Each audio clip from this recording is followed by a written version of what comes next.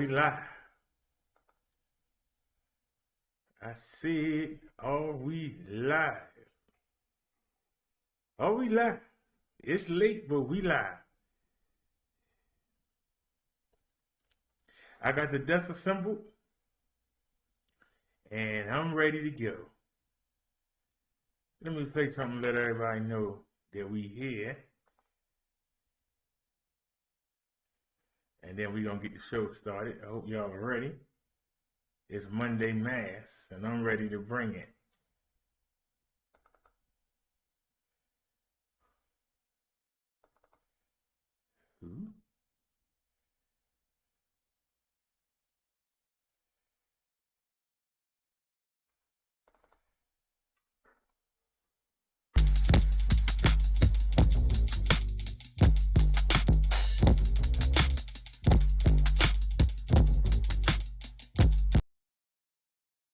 Oops, I didn't mean to do that, but I did it. Whoops, did I do that? Oops, did I do that? Start it again. My bad.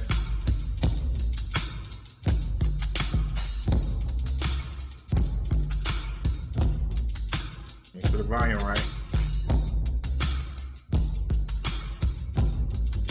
All right.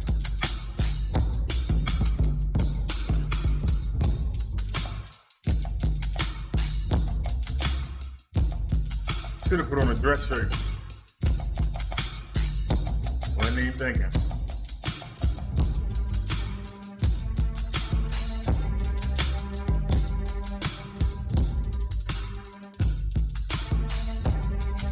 Wait a minute. I'm doing something wrong.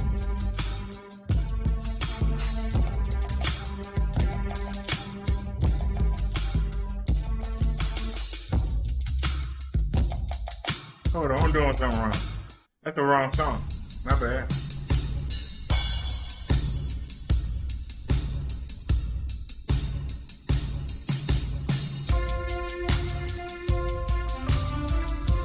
My bad, y'all. We had the wrong song on. I'm back. I'm rusty. But let's get it. Let me let everybody know we live.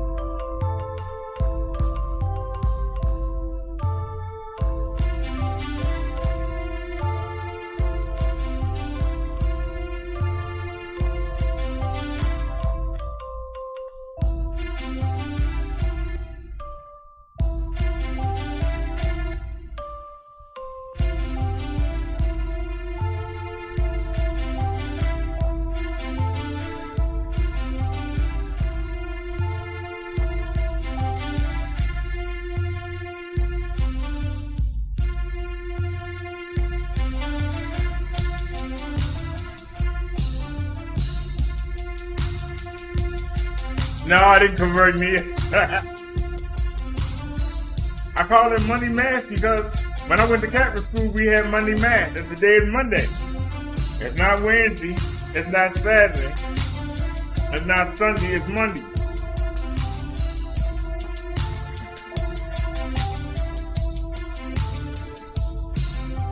Hey, Cecilia.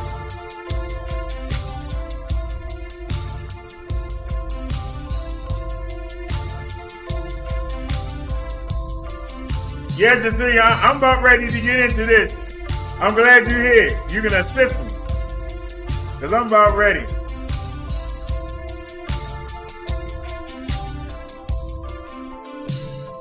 I'm about ready to bring it.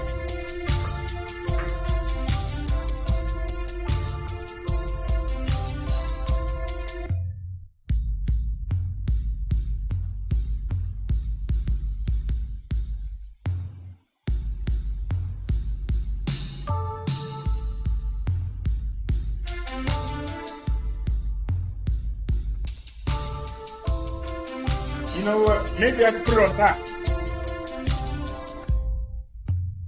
It just make a difference, though. Hope I regret this. For the reach.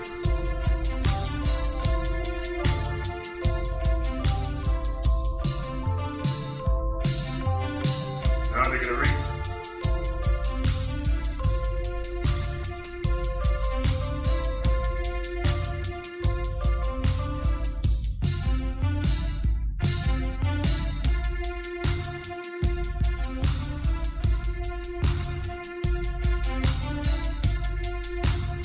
I should have put a shirt on.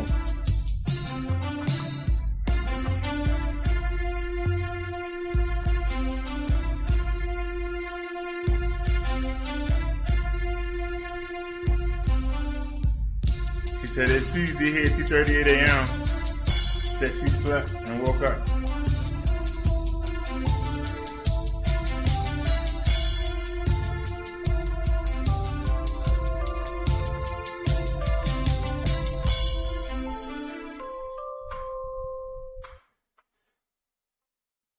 All right. Now we're ready for it. Let me go ahead and close. Where's Windows Media at? Come on. Come on, Windows Media. There you go. All right, now we're ready.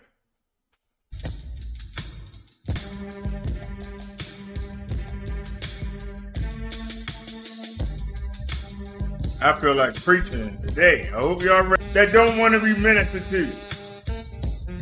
Y'all got a comment? Leave it in the chat. Don't be silent because I'm bringing it today.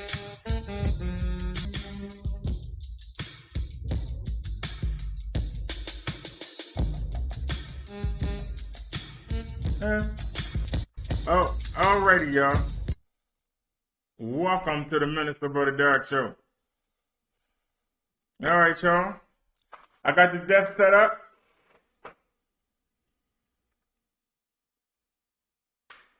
We got the curtains behind us. We ready to go.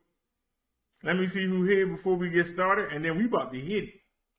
And I'm telling you now, if you're soft at heart, you soft for feelings, you might not want to watch today. You might want to, like I said, go over there and listen to the people holler and scream at each other.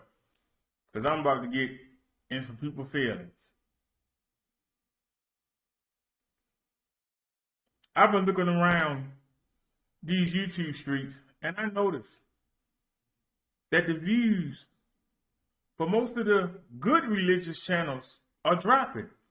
But the views for the entertainment religion seem to be going up. Why is that? The views for the beef seem to be going up. Why is that? What's wrong with our people? And I ain't just talking about black people. I'm talking about all people. What the heck is wrong with you? I'm calling you out. Come see me. Come on in the chat and tell me. Because I'm asking the question.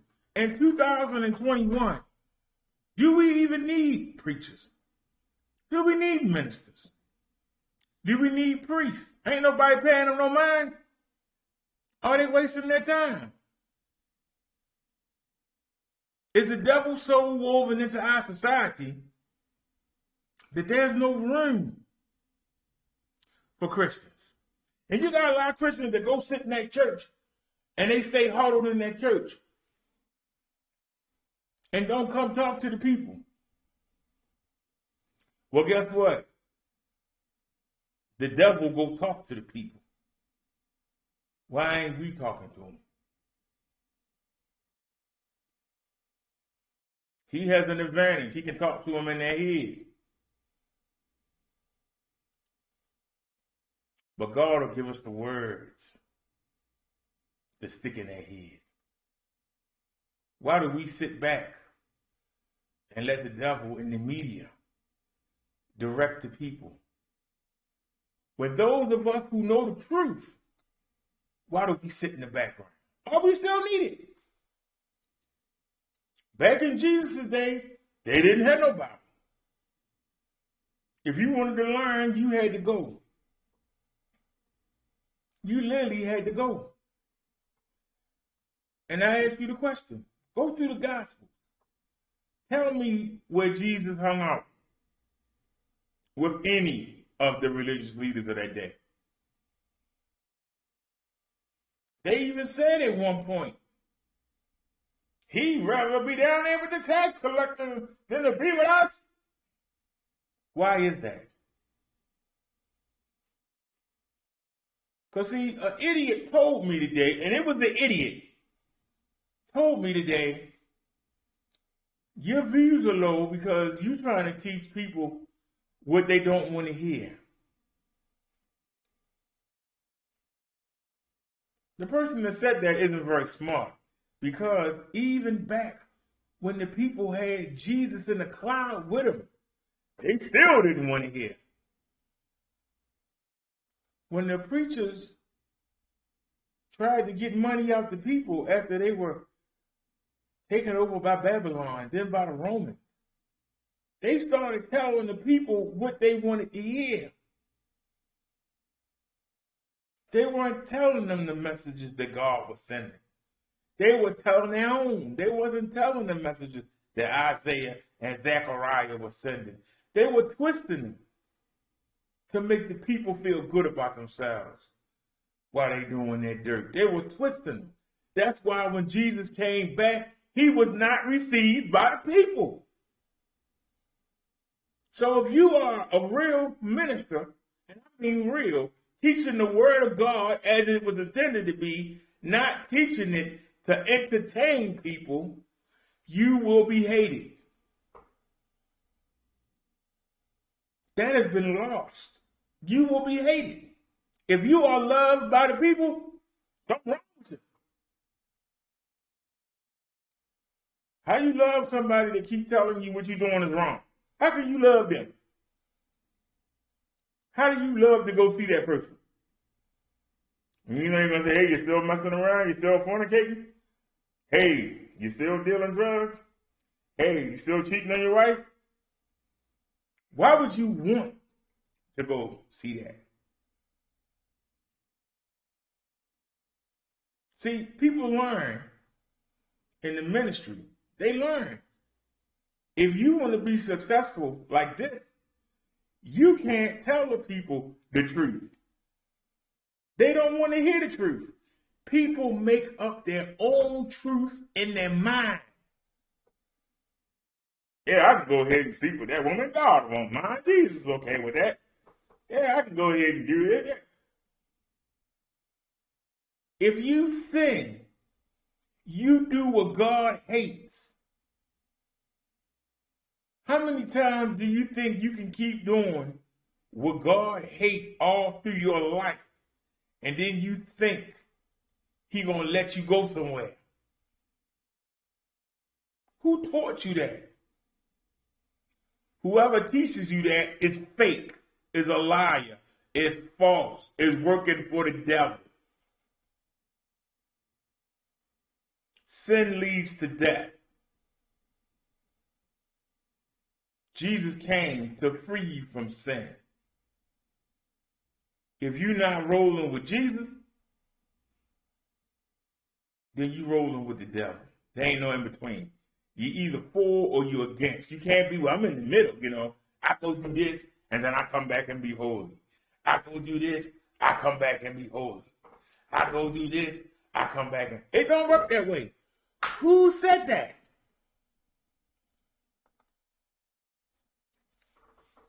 Who said that?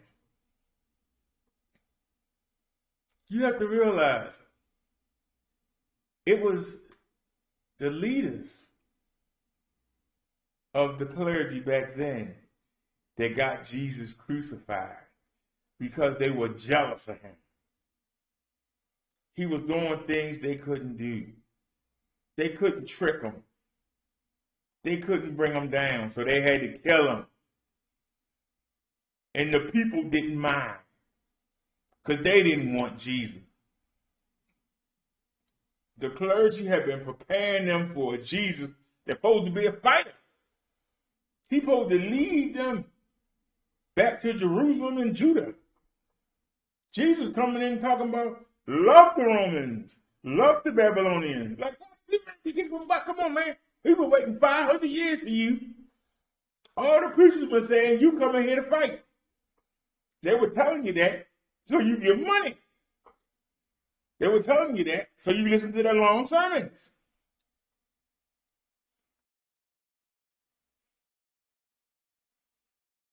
That's why I asked the question, do we even need preachers now? Everybody seems to think they're a preacher.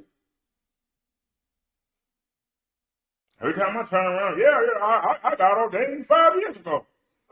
How many sermons he taught? None. What has he done with it? Nothing. So why are you mentioning it? Why should I take you seriously? Where's your body of work? I got it. A lot of people got talent. Go to New York City. You'll see some people on the basketball court. Go to Philadelphia. You'll see people on the basketball court out there playing for free. That's better than those in the NBA. Why are they not in the NBA?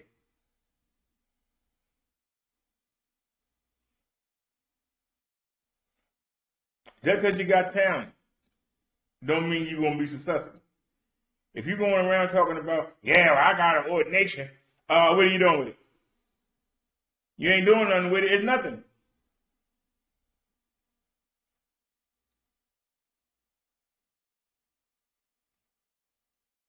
All it says is that a church body gave you the authority to act as a minister. That's all it says.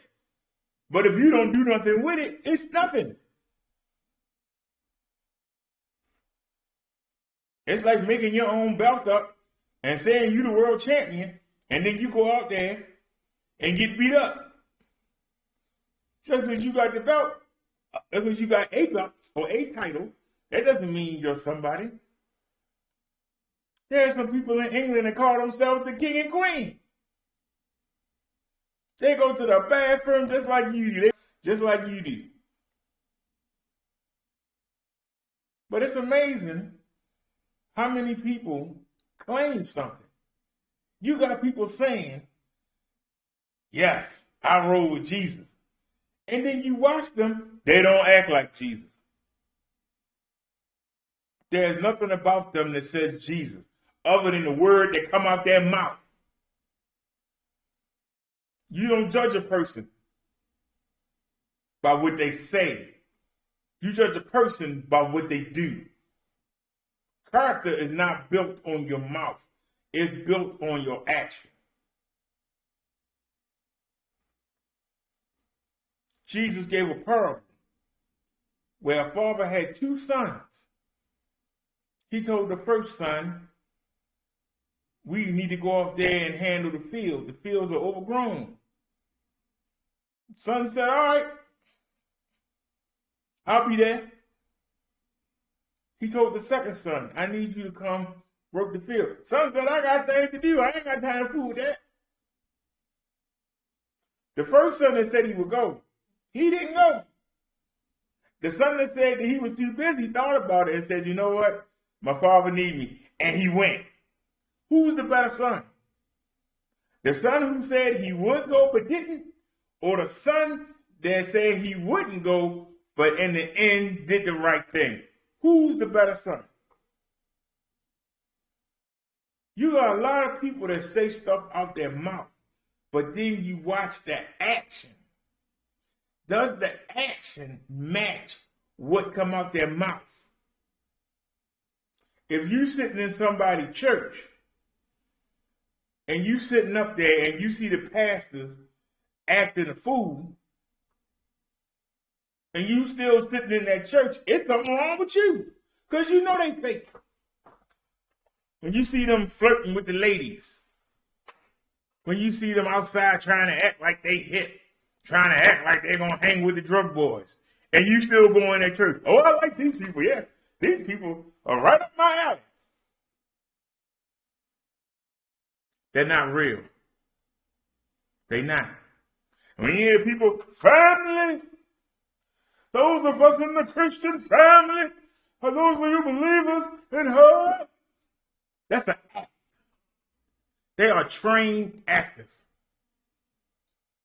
That's why I stopped going to Bible college, because I felt like they were trying to train me to lie. You ain't got to tell me what to say and how to say it. I'm going to let the Spirit tell me how to say it.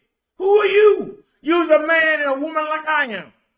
Why am I going to listen to you? I listen to the Word. I listen to the Spirit. I don't worry about what a man says, because a man will say anything when he's under duress. The tongue will lie in a second. I watch what you do. I was going to that college. They had 20 pastors there that had reached that stage. But when I watched how they act, they lied, they steal, they cheated. I'm looking at them like, you supposed to be a pastor. What the hell am I getting into? And I laughed.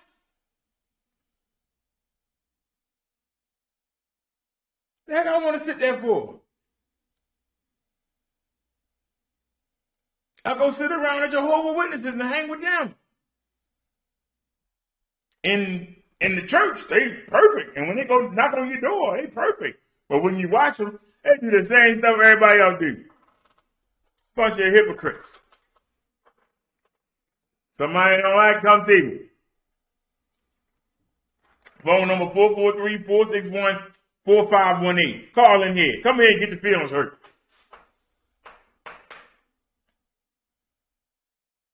Call in and get your feelings hurt. You got the Muslims going around. You know good and well. The Quran says that the Bible came first and the Bible is true and accurate. But you got people going around, no, the Quran is the first book. Who are you trying to convince? Your own book says it. But you still perpetrate the lie. You still perpetrate the lie. Really? It's right there in the front of your book. The Quran says the Holy Bible was first. Everybody knows that Muhammad studied with the Christians and he went further down into Africa and he started Islam. Everybody knows that. But you pretend it don't happen. I've shown you that somebody took Muhammad's writing and burned them and rewrote the Quran, but left that part in there about the Bible being correct.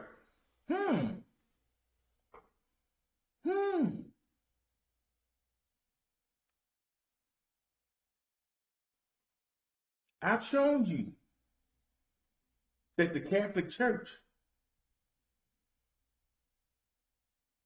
Jesus told Peter, feed my people. Jesus chose Peter to be the leader.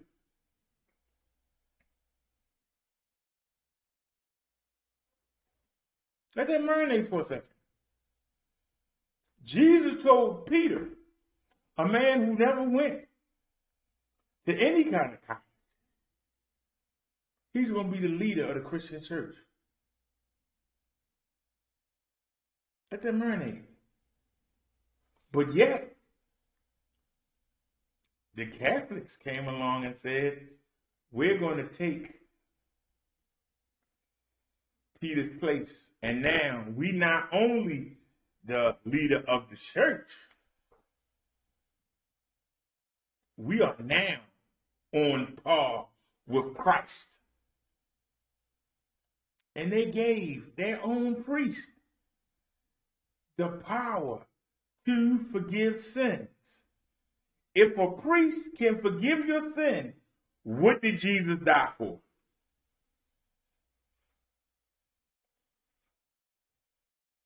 If the priest could forgive your sin, what did Jesus die for? If you don't need Jesus, what did he come for? Waste of time?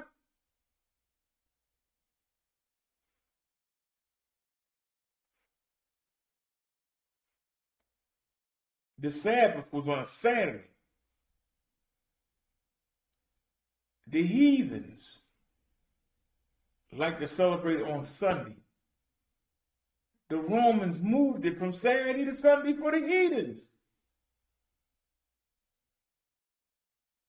and put pressure on the evangelicals, the Protestants, everybody else. The Baptists put it on everybody else. Move your day to Sunday. Some religions didn't do it until 1920. The only people that held out was the Jewish and the Church of the Latter-day Saints. Everybody else, through time, it took hundreds of years. Through time, everybody switched to Sunday. That's why we do Saturday sermon.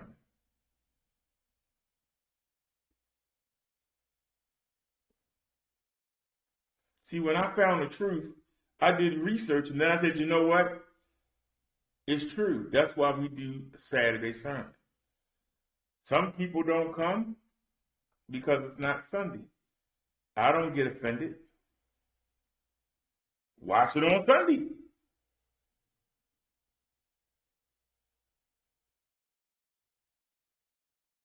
But if you go with that,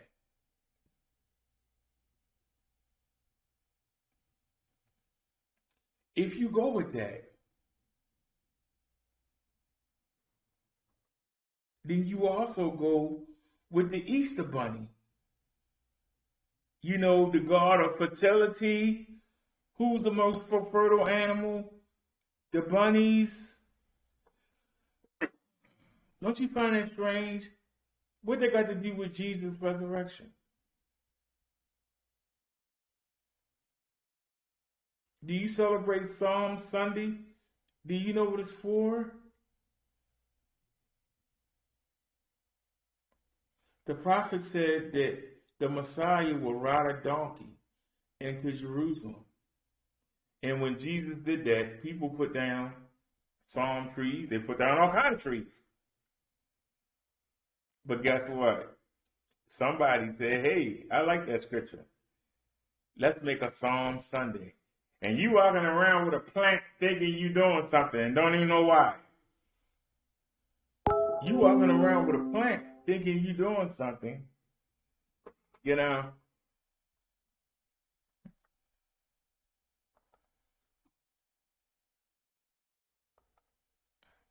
Thank you, dear. Somebody just hit me up on the Hangout. But I want y'all to understand, this is not a game that we playing. Y'all acting like it's a game.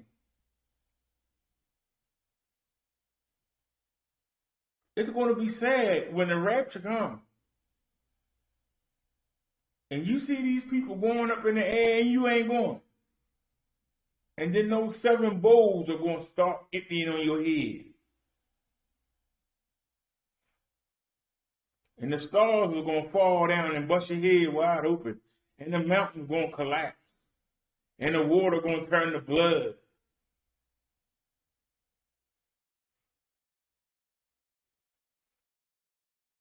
And you gonna wonder, I've been going to church every Sunday. Why is this happening to me? It's because you're being lied to. Church is not entertainment. You got to go there with the praise dancers. You got to have the organ. Singing. You supposed to dance like a fool before the Lord. They say that people that shouting, the Spirit make them shout. No, it don't. Some people are staged. And then you got people that want attention. They all do the same dance step. If you dancing uncontrollably, how are you in rhythm? Same rhythm. Same steps.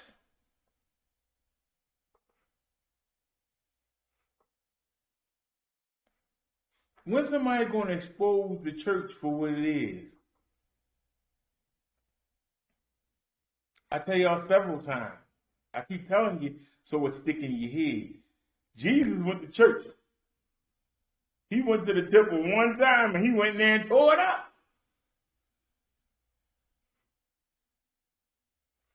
He didn't go in there and say, hey, how y'all doing? He went in there. You tell me this is my father's house. Look at what you're doing. Jesus was not a friend of the clergy, but he understood that they needed him so that the people would have some sense of what they're supposed to be doing, even if it's man-made. They took the knowledge and turned it around to benefit themselves. But I kind of understand why they did it. Because when the Babylonians took over and then the Romans took over, the money they got was limited. Remember, priests, preachers, and ministers are not allowed to work. They are not allowed to own anything. The people take care of them. And here's the problem. When you got people taking care of you, you got to do what the people want. And that's the problem we face today. Because if you don't do what the people want, they're not going to come see you in 2021. If you're not entertaining with the good singing, if you're not going to tell them they can keep doing what they're doing and there's no punishment, they're not going to come see you. So you're not going to have no money. And that's what's wrong with the church today. It's not about teaching you. It's not about getting you ready to go to paradise. It's not about you getting a relationship with Jesus Christ so you can have one with the Father. It's about them getting money. And them telling you what you want to hear.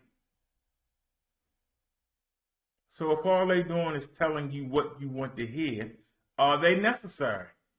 Do you still need to go to church? Jesus didn't go to church. Jesus had church on the grass, along the shoreline, on the hills. Jesus is the church. There's no building that's the church. Jesus Christ is the church. And a minister is supposed to bring people to the church, which is Jesus Christ. And if your minister is not doing that for you, he's false. He's fake. He's with the devil. There's a lot of wolves in sheep clothing. They look and sound right at the right time, but catch them on the day off. See how they act. They beating their wives, neglecting their children, cheating on their taxes. That's why we hear something about one every day almost. Oh, this reverend did this. Oh, this reverend did that. Oh, this reverend messing with the children. Look at the priest.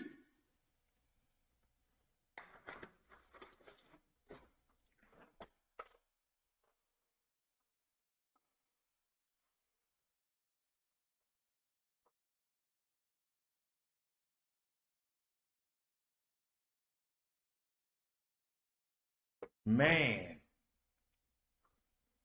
is his own worst enemy. Because man has the ability to do what no other being on earth can do. Change his own reality the way he sees it. I know messing with kids is bad, but you know, if you treat them nice and you take them places, it's not that bad. See, I treat them good. I know prostitution is wrong, but I treat my women good. I don't take all their money. Say I'm better than the regular pimp.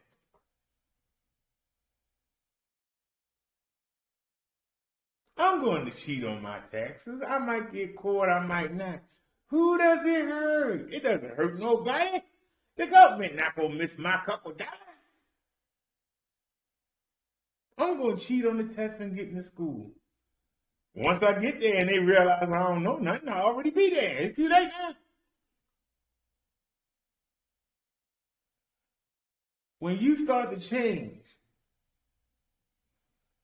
your own reality, you are making yourself higher than God. When you change your reality, you make yourself higher than God.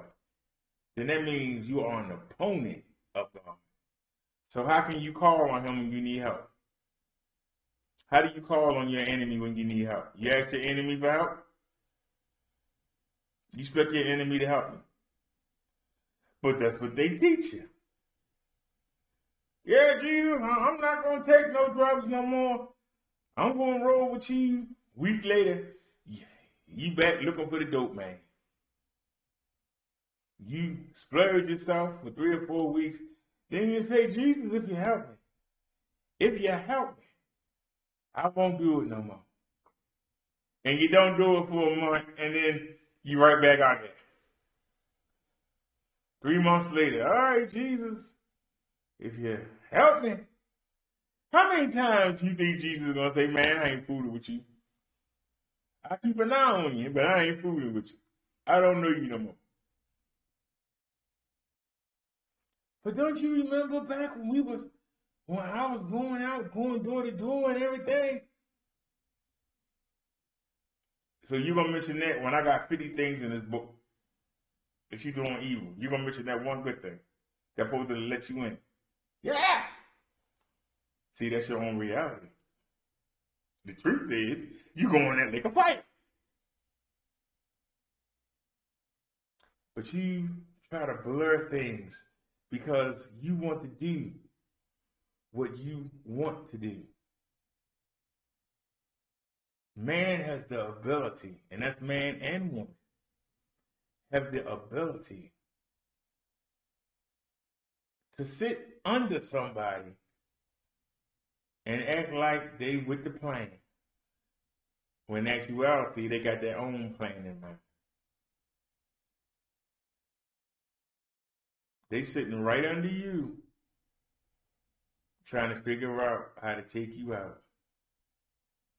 Because in their mind, the only thing keeping them from succeeding is you being over them. Instead of saying, you know what, I'm with this person, he doing the right thing, we doing the right thing, we doing our thing. Nope, I'm going to take you out because I want to be top dog. That's why you got so many kings that keep getting killed over and over again. You got so many people that keep getting knocked down. Soon as somebody gets somewhere, somebody right there to yank them back down. Because instead of you trying to meet them, you want to pull them down to you. You don't want to meet them. Hey, you hear about Joe? Joe got a great job at the plant. He's doing real good now. You see his new car? You'll sit there and try and get Joe fired. When you find out you can't work at the plant, you got to get Joe fired. Because everybody going to say, how come Joe did it and you didn't? Look at Joe. Why can't you be like Joe? That hurts human beings more than not having nothing. The fact that somebody around them has something, that hurts their feelings more than them not having nothing. Jesus didn't act that way.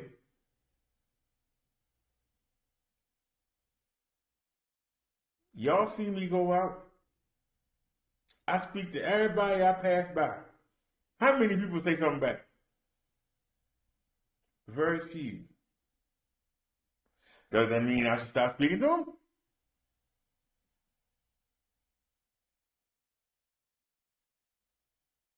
But I'm asking y'all the question.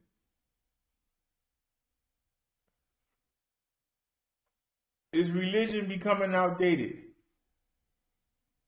Is the world just done for? Revelation says only 144,000 people are born. I personally think that's 144,000 martyrs. But looking at the world today, I don't know if it's going to be 144,000. That number seemed real small when I first started reading it. But as I look at the world and see what we come to, that number looks like it's right on point.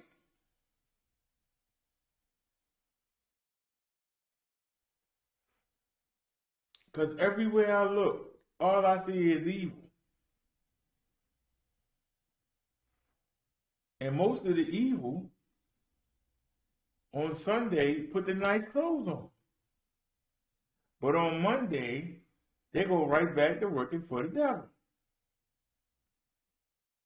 People that claim to be holy, when you watch them, ain't nothing holy about them. In the public eye, they look holy. Yes, Jesus, yes. And then when you see,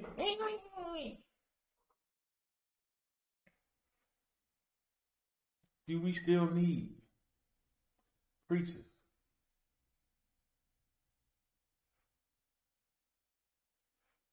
They've taken the verse, John 3:16. When I was studying under the evangelicals, man, they shoved that down your throat. So, Reverend, you mean I can still keep my mistress? I'm not going to get in trouble with Jesus or God if I do this? Revelation 3:16 says, as long as you believe, you will have eternal life. So I just got to believe in Jesus, and then I can keep doing what I want to do. Yes, my son. Bless you. Really? Really? Why would they give us 10 commandments if we can do what we want to do? Do you realize that if you look at Deuteronomy and Numbers and look at all that stuff that's in there, we don't do none of that stuff. That came down from God. We don't do none of it.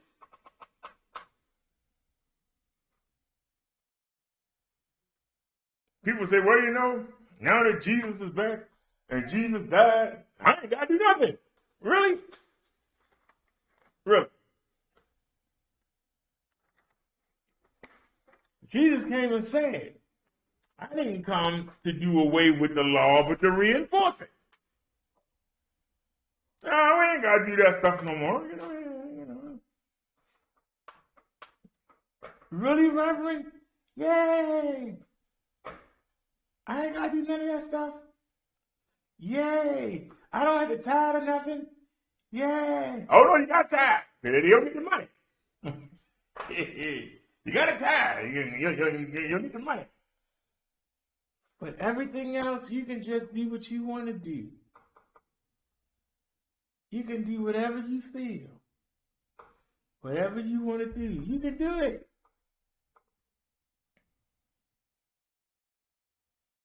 And we got so many different versions of Christianity. Why do we have so many different versions? Because you got people, you know, I don't like that, and I want to do this, so I make my own version. And in my own version, we can do this. Well, that's okay, but you know, I like to be nude around my kids. So let me go ahead and start my own version. And then we'll be nude around our kids. Well, you know, we like to do drugs heavy. And y'all looking down on us. We'll start our own church. And we'll go ahead and do drugs. We like to sleep with members of the same sex. And y'all seem to look down on that. We'll start our own church.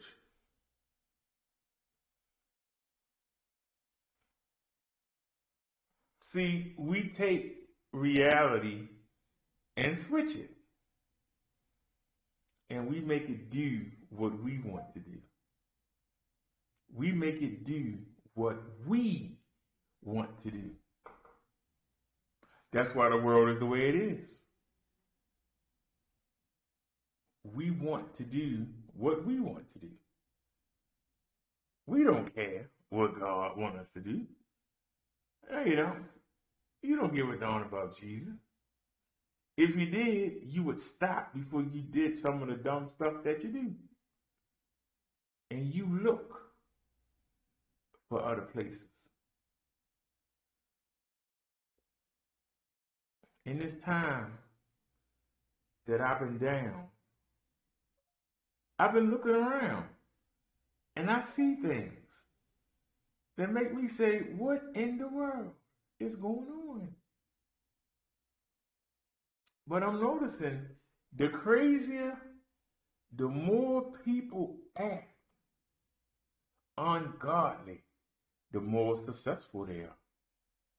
Why is that? Why is that? Somebody can come on and talk about nothing, and everybody's sitting there in the chat. But somebody talk about something that can really affect your life, chat empty. 2 people there, 3. So that means only 2 people actually care about what's going on in the world. But you can go see 1,000 views on another video, but they ain't talking about nothing. So you would rather hear nothing than hear something. Why is that? I'll tell you why. Because you don't want nothing to change. You like things the way it is. You don't want to live the way Jesus and God asked you to live. You want to do what you want to do. And that's facts. You, the Frankenstein monster, is trying to tell Frankenstein how to lead you. You didn't create Dr. Frankenstein. He created you.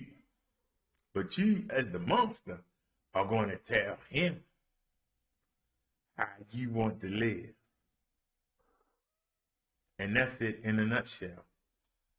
You want to tell him how you want to live. Well, Jesus, that makes sense, I don't know if I can do that, though, bro. I'm trying to work with you, but, your rules kind of strict, I still got to get my thing on, man. You won't let me come. If I follow you, I can't get my thing on. I can't do what I want to do. I want to go hang with the boys. I want to be out there. I want to be seen. You telling me to be boring. Stay home with the wife and raise the kids up. They be all right. I want to get out there and get my thing on. I'm missing something. Whatever they doing in that club, I'm missing it. Whatever they doing at them parties, I'm missing it. Whatever going on in the nudie bar, I'm missing it. Whatever they doing down there in the dark on the corner, I'm missing it. Following you is like already being dead because I'm missing everything.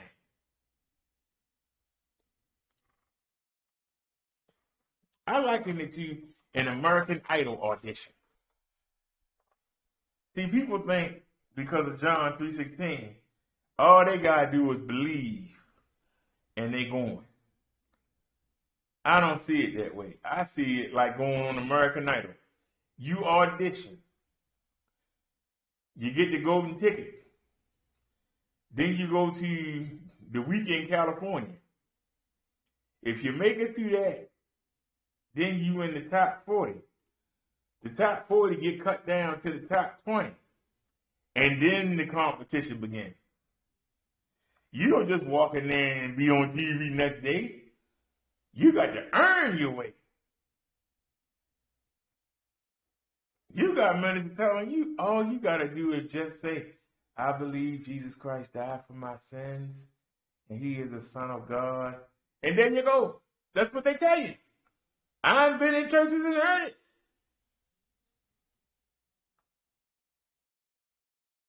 Oh, is that simple? Really? Oh, here come that guy again. Yeah, I'm coming. I'm coming to chop you up. What you say?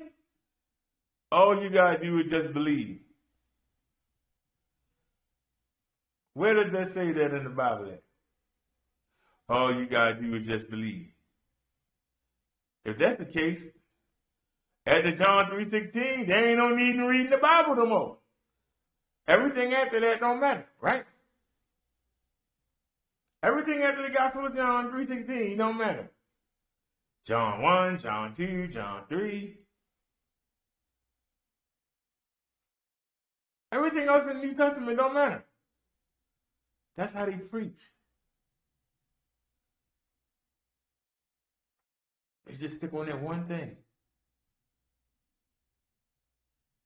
Some preachers never even go into the Old Testament. But I ask y'all something. And I challenge anybody to answer this question.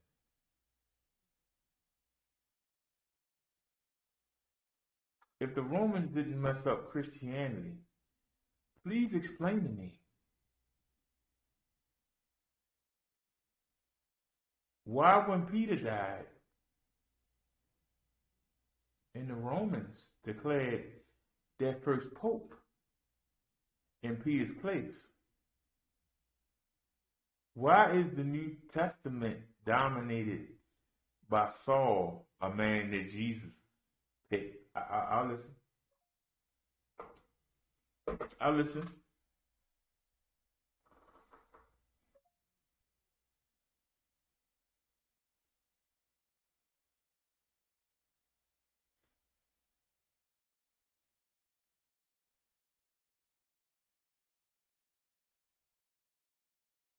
I don't know if y'all remember, but Peter told Jesus when he said that he was going to be crucified, he said, no, you won't. I won't let it happen. And Jesus told Peter, Simon Peter, get away from me, devil. Or get away from me, Satan. Or Beelzebub, or Lucifer, whatever you call him. Why did Jesus tell Peter that? Because it was the devil that came in Peter's mind and told him to say that. Jesus knew what had to be done. But you had somebody trying to change that reality. I'm not going to let it happen, Master. I'll stand with you to the death. At the Last Supper, the same individual, Simon Peter, said, ain't nothing going to happen to you, Master. I'll die for you.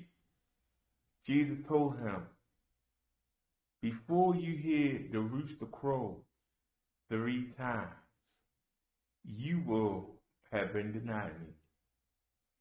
Before you hear the rooster crow, you will have been denied me 3 times. And guess what? He denied him 3 times, and he heard the rooster crow. And he went to go cry.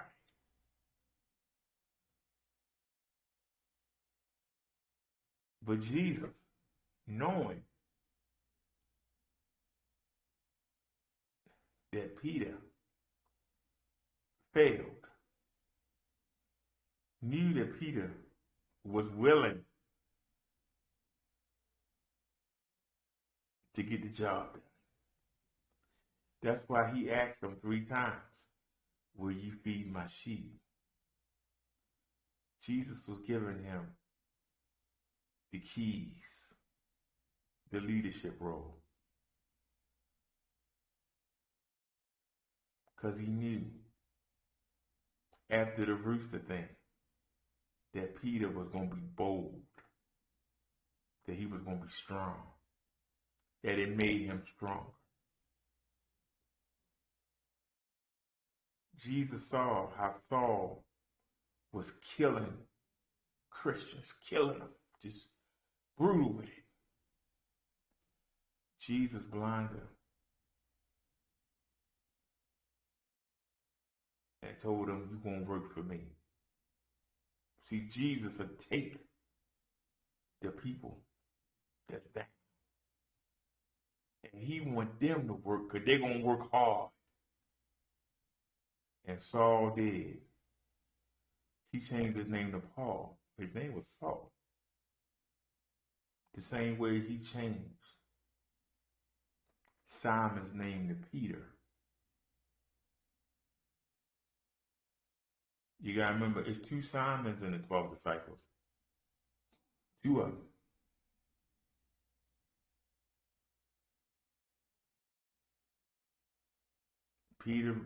Jesus renamed both of them. Jesus will take you, especially if you've been through something. He'll take you and make you the example. He'll make you the leader.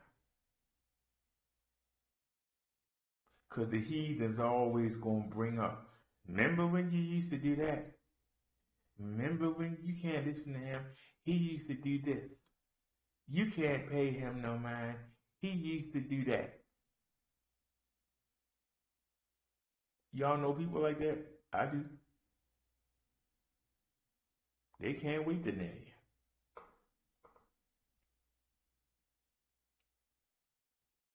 They can't wait to get on you. They can't wait to pull you down. They can't wait.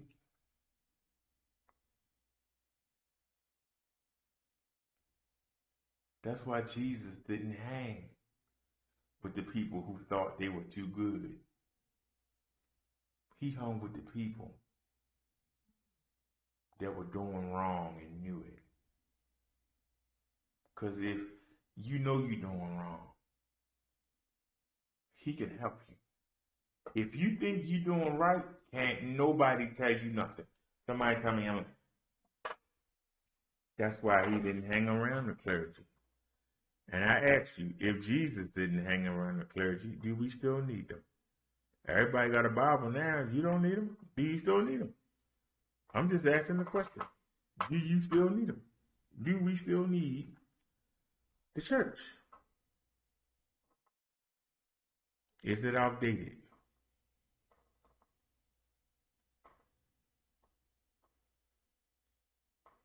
The second question that I'm asking today, because I ask the questions. My second question is,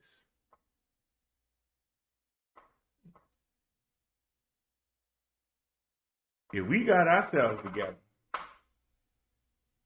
are we responsible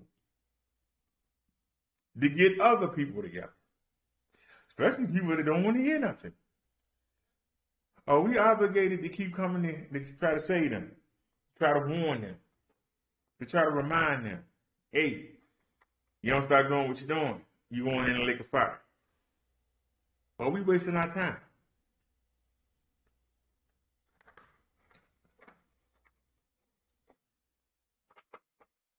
Is it a waste of time?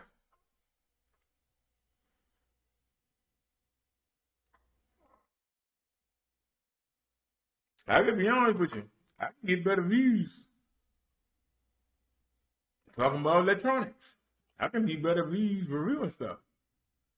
If I came to YouTube for views, I'd be much better just doing reviews of things that I use. I would get better views, better numbers, If I came live with a new product and show people how to use it, chat will be full. Brother Derrick, about to review the new iPhone. Let me get that. Why is that?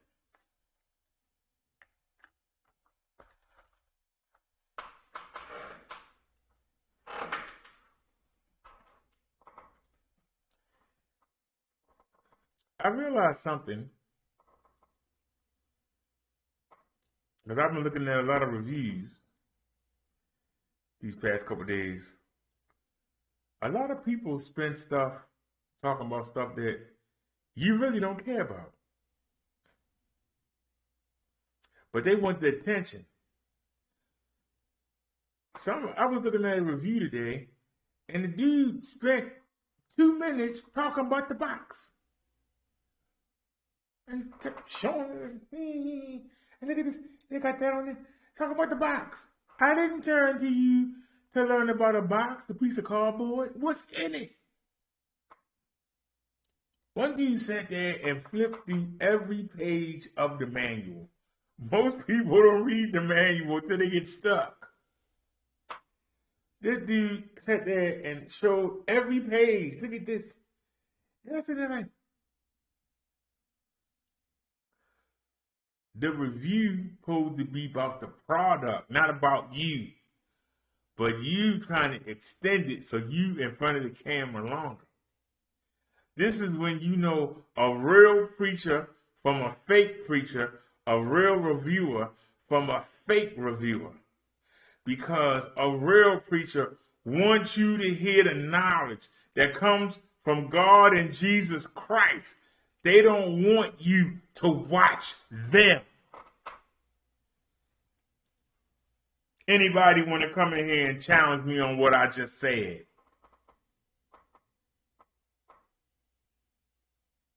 When you teaching the word, you supposed to teach the word. It's not about you. It's about the word. If you got to dress up something, that means you're not bringing it. Let me rephrase that. If I'm spitting fire, if I got to have all these props in order to spit fire, my fire ain't no good. Because it's not about what I'm saying to you. It's about what I'm showing you. Let me show you the pretty ladies in the leotard dancing. Let me show you the choir with their pretty robes on. Let me show you the band. Look at them getting down. This is about everything but the word. The word is the last thing you know. You shouldn't be preaching. I don't care if you got 50 churches. People go to church to hear the word of God so they can know how they can get off this God-forsaken planet. They're not going there for a show. That's why we got music people. That's why we got comedians. That's why we got movies. That's why we got plays. When you go to church today, you watching a play.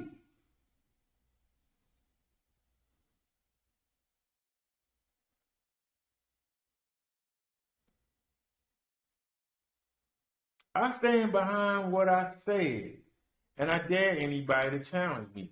If you're not being taught to stop doing what you're doing, drop everything you know, go to Jesus Christ and ask him to come into you and to change you. If your preacher's not telling you to do that, above everything else, drop what you're doing. Your mom don't matter, your kids don't matter, your job don't matter, your boss don't matter. You better make sure you put Jesus Christ first.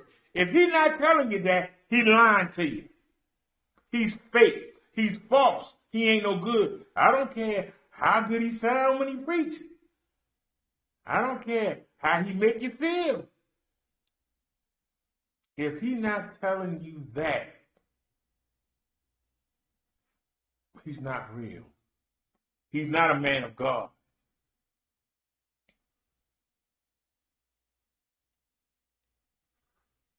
If the preacher knows that he married you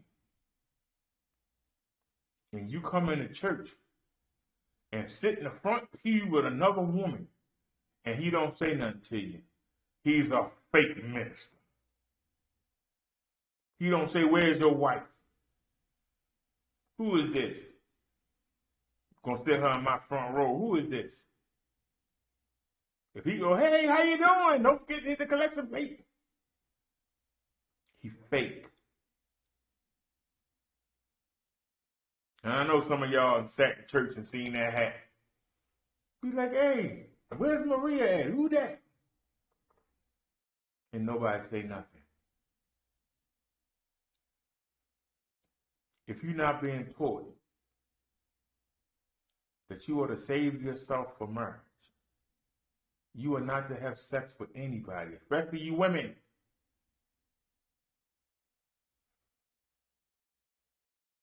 The first person you sleep with, that's your husband or wife. First person you ever slept with. Y'all got to go back in your mind. Who's the first person I ever slept with?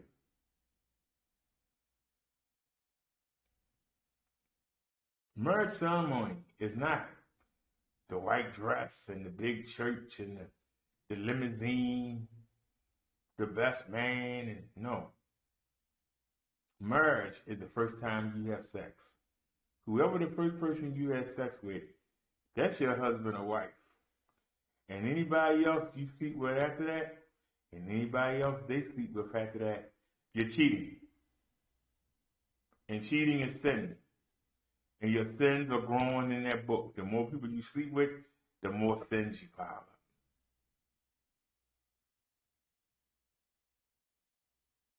That's why Jesus told the woman,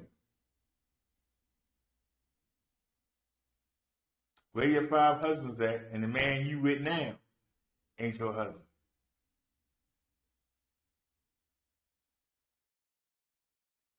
People always gloss over that.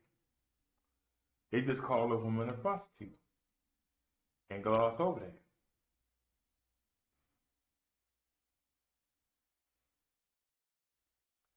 A woman cared about her body back then. She was to be with her husband only. That's why John the Baptist's head got cut off. Because he told her, his brother, and his wife, y'all can't be married. She's married to another man. Don't know what you did with him, but you know that's not your wife. And the woman got John the Baptist's head cut off. Used her daughter to do it. Just out of spite. Because she knew he was right. The same way King David killed his best friend, his general, just so he can have his wife. When he had 400 virgins, he knew better, but he did it anyway. He made his own reality. He knew it was wrong, but he made it in his mind to seem right, because he wanted that woman. He wanted her so bad that he would break God's laws. Do you want something so bad that you break God's laws? Do you want something so bad that you say, to heck with you, God and Jesus, I'm going to do what I want to do? If you're doing that right now, you going in a lake of fire. Ain't no nice way to put it. You going in that lake of fire.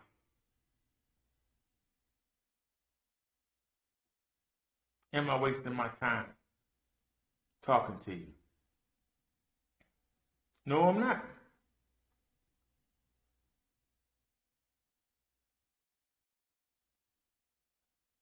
Because coming to you helps ensure that I get in. And when you stand before Jesus Christ on Judgment Day, and you trying to make your excuses as to why you shouldn't go in the lake of fire, one of your first excuses is going to be Didn't nobody tell me. Brother Derrick did. And you go on there like a fire.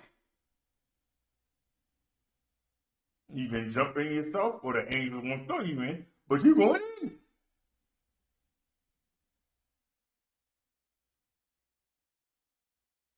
I ain't got to come here and dance for you.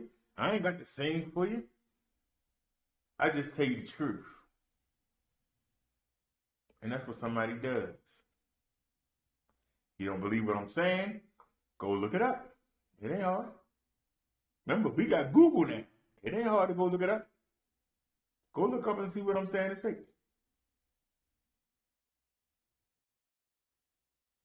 We've been doing this for almost 3 years now. Ain't nobody came over here and challenged us and walked away with a W. Nobody.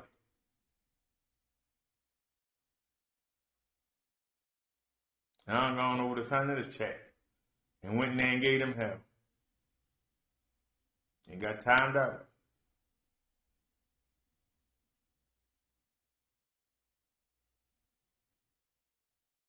There's a reason why my alter ego is the roast king. I was picked to come to this sector. It's not an accident. I was picked to come here. Because I can tell you the truth and not let you snow me. Not let you convince me. Oh, no, you got to teach this way. Oh, no, you got to teach that way. No, I'm teaching what the Spirit told me to say. And I'm strong enough to go head to head with anybody who doubt what the Spirit say. Then come bring it. I don't care if you know the Bible backwards and forwards. I don't care if you can recite every word of it from the beginning to the end. It take me a second to look at a verse and decipher it. I ain't got to read the whole Bible.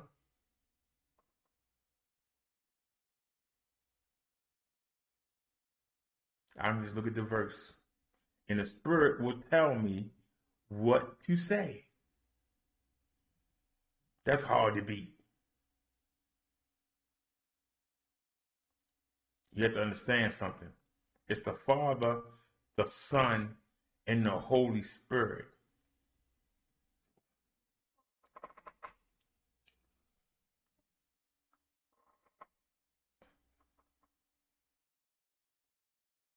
They all the same person.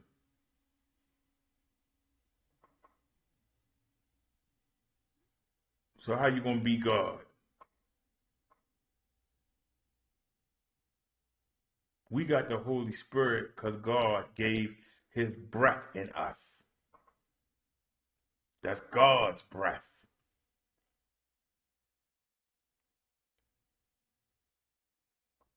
God made Jesus to do the work, and he put him in charge of us because he can't stand to see us in our sinful nature. Why do you think the devil got to go snitch on you?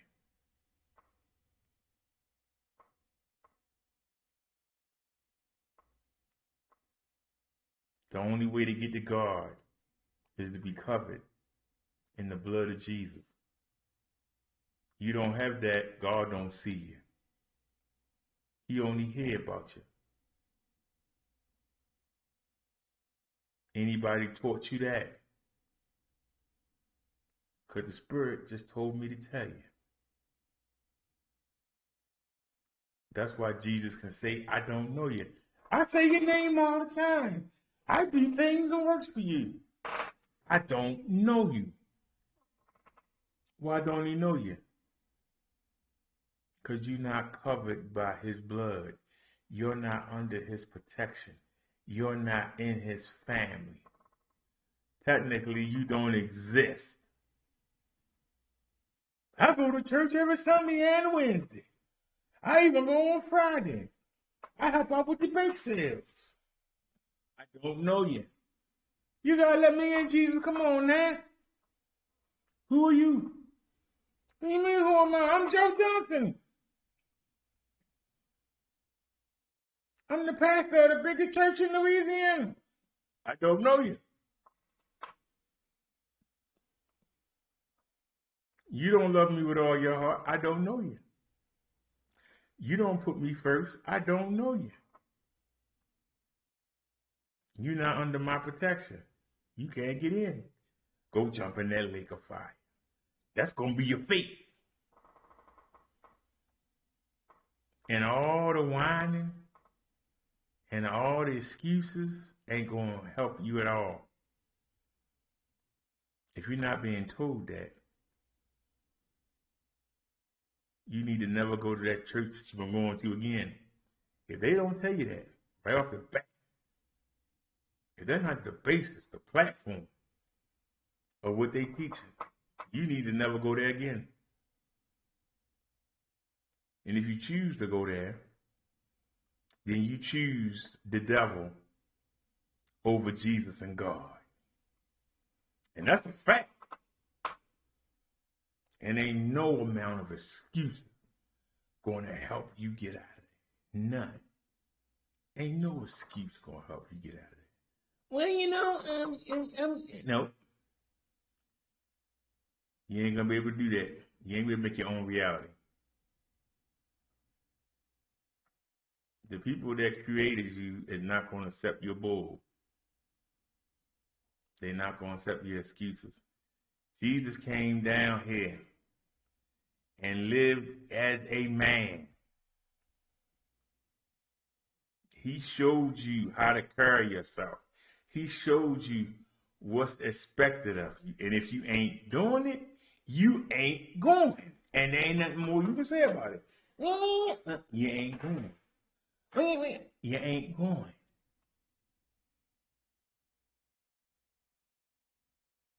Now, if you don't mind being on a slow burn for thousands of years, waiting your fate, and then wind up having to be thrown alive, and the furnace of fire is so hot, it's just going to poof. Even your bones going to burn up. That's how hot the furnace going to be. Even your bones going to burn up. You know how you burn somebody on earth and the bone's still there? Yours ain't. You going to be gone. Poof. There are some of you that ain't got a chance of going to heaven. Yet you act like you holy. What are you going to do in heaven? I've been in churches. Y'all won't stand up. You won't sing. What do you think you're going to be doing up there? What God had intended for us to do in the beginning, to worship Him. You really think you're going to be happy? Even if you could squeak your way in there? There ain't no love and hip-hop up here. There ain't nobody cheating, lying, and stealing. This is boring. All we do is sing praise all day. I'd rather go on to the other place.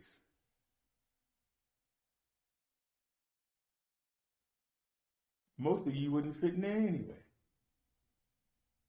Any other minister ever told you that? Nope. I tell the truth. A lot of you won't be happy in heaven. I'm still haunted by that one day when I couldn't find but one article on the World Wide Web. And I asked the question,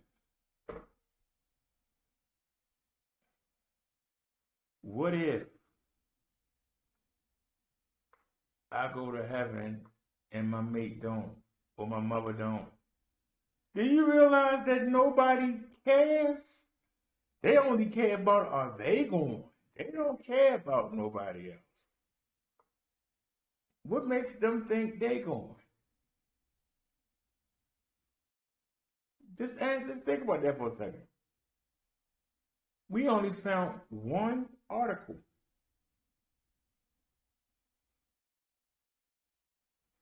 And I remember that Nia asked me, where can she go find that at?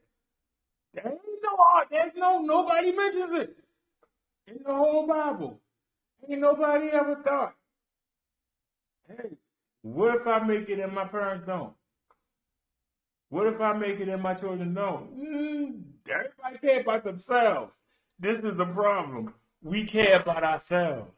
So you telling me it's 1 billion people on the planet, billions of people on the planet, and only one person wrote an article. One person wrote an article on it. Let that money. We so selfish that we don't even think about somebody else going. We just worried about is we going. Let that marinate for a minute. If you love your mate so much, you're not concerned about whether or not they make it. You love your children. You see them running around doing what they're doing. You're not concerned about whether or not they make it.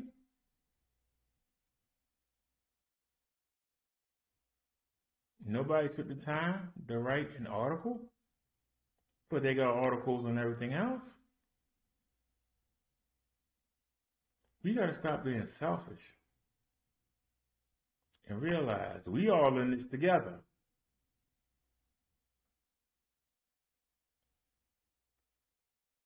There ain't nothing that living the way that Jesus does that's going to hurt your life. It's going to help it. Ain't nothing wrong with being stable. There's nothing wrong with being boring. That should be your goal. To have peace and tranquility. If you got to always have drama, it's something wrong with you. We wasn't made for that. He put Adam and Eve with a garden and they ain't have a care in the world. That's how life should be. There shouldn't be a care in the world. And when we get to paradise, God is going to finish what he started. And it's going to be a paradise. And we ain't going to have a care in the world. We ain't going to have an ache. We ain't going to have a pain. Everybody going to be able to walk. Everybody not going to have no cancer, no diabetes. You're going to be perfect. The same way Adam and Eve was. You're going to be given new bodies. And you're going to be perfect.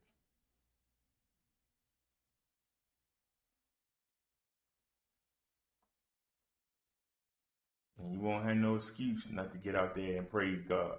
Oh, my back hurts. Oh, I had a headache. Oh, something wrong with my leg.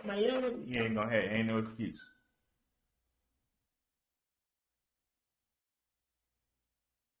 You only have these things now because you're so separate. Adam and Eve was perfect. In every generation, as we go farther and farther away from God, we get more and more ailments.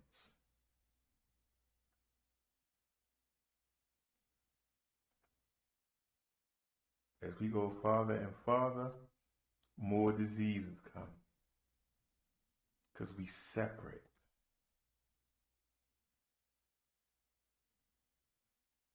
We cling to the devil who don't want nothing good for us. We basically sold Jesus and God out. We just sold them out. And y'all seem to have no problem with it.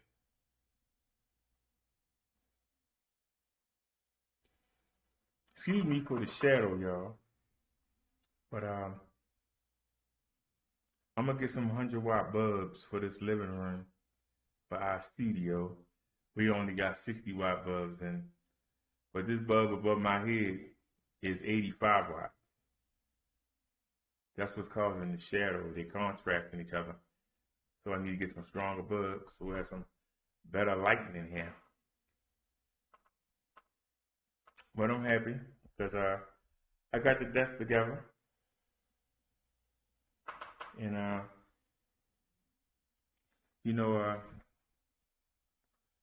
shout out to Chung Lee. She found the video.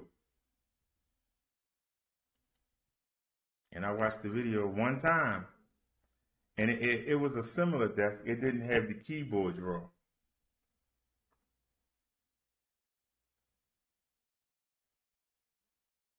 And like I said, I should have sent this back because the drawer was bent. And the keyboard fell out of it. But I got it tied pretty good now. And I got it taped down. So it shouldn't go anywhere.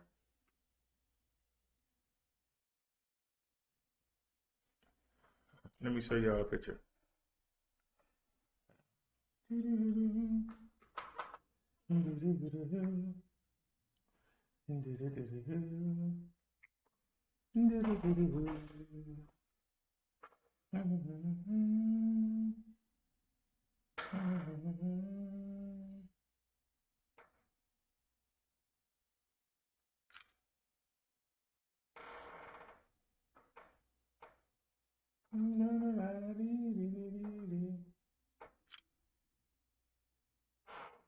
Oh, might as well.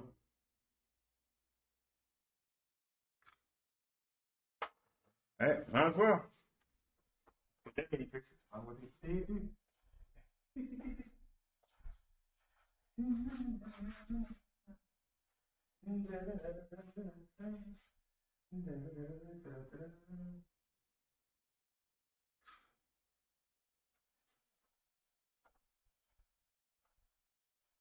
All right.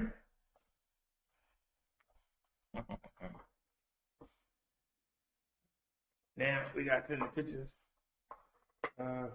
Who should I send them to? Go to the Hangout.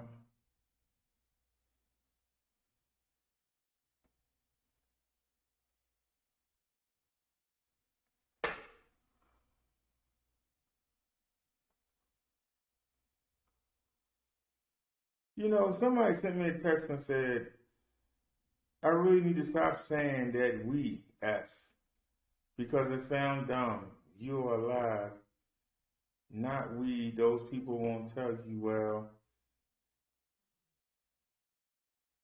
I'm there. There's no way you are alive and people who are looking at you. What? Some people, I don't understand why they say anything. Just keep it to yourself.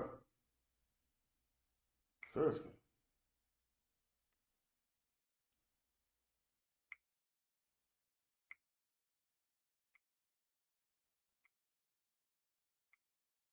Mm-hmm.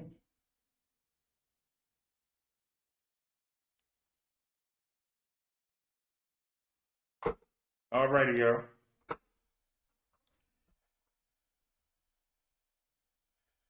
Let me show y'all. Oh, now the phone gonna echo. Uh-oh. Well, we ain't stopped for a second. Come on now.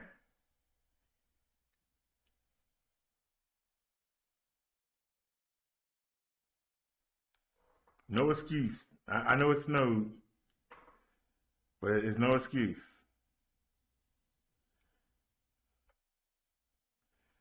There's no excuse for us not to have.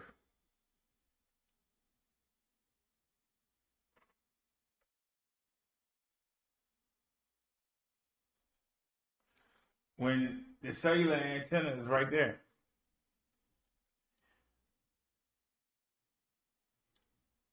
All right, we're back. That's the problem with a cell phone. For some reason, it'll just go down for no reason. The wind could blow hard, anything. Like I said, it's snowing right now, but that's what happens when you're using a cell phone. Now we got the cellular antenna, so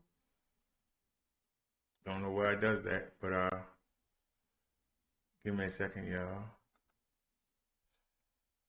Let me show y'all some pictures. So start from the top. Just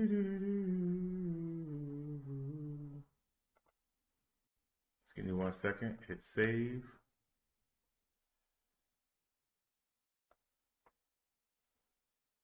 So that was 1.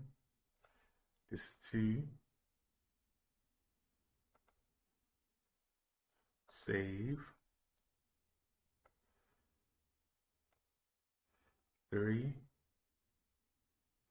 Oops. Is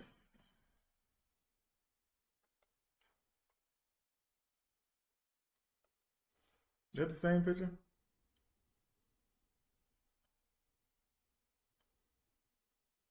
No, one's higher and one's lower. Okay, and save. Alrighty. Alrighty, y'all. Where is the picture? I know we got a picture. There it is. Yeah.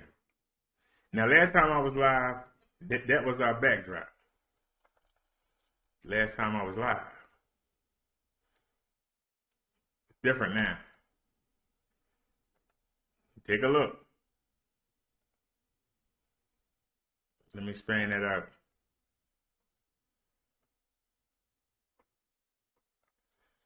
This is the studio now.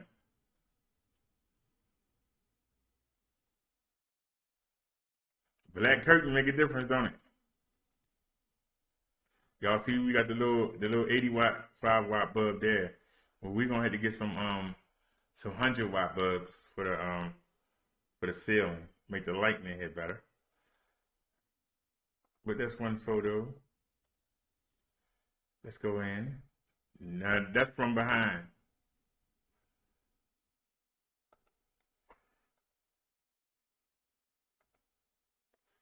This is the lighted keyboard, and y'all can see the desk. There's the mouse right there. There's the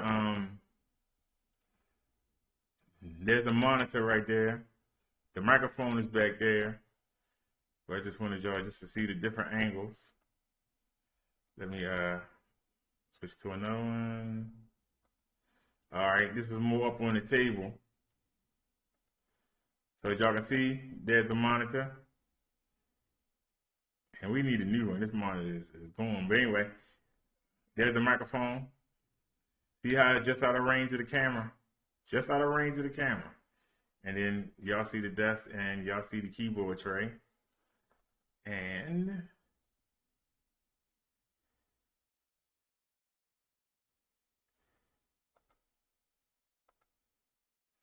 there's the PC. You see it's down on the shelf right there. So the PC is to the right, is down on the shelf.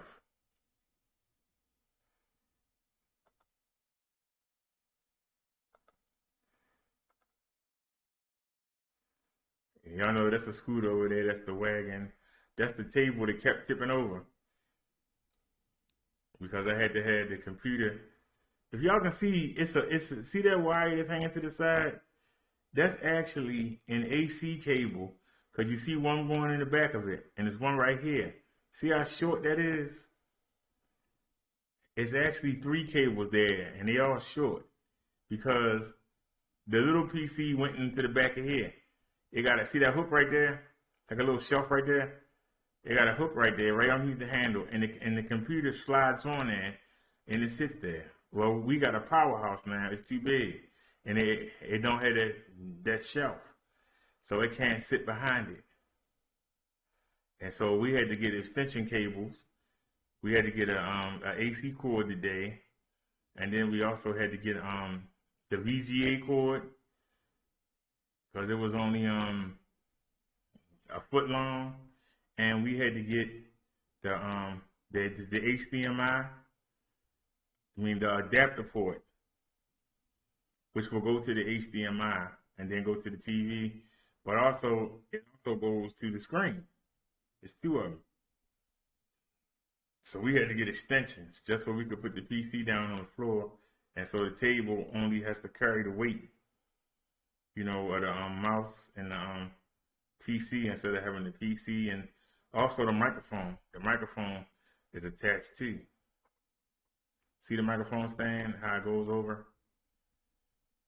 Now, I could bring it in front of me, but I just think that looks tacky, but that's my opinion. But anyway, that's the changes that we made to the show. Let me check the chat. What do y'all think? We still waiting on the chair. I had to call eBay on the seller because I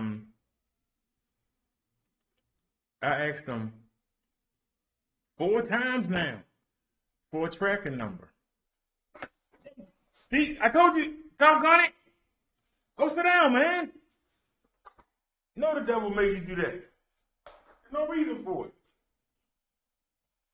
Now, I'm glad I disconnected the phone to take the picture. The phone will be on the floor. Go sit down somewhere, man. Seriously.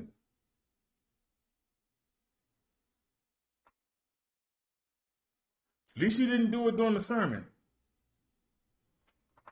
Man.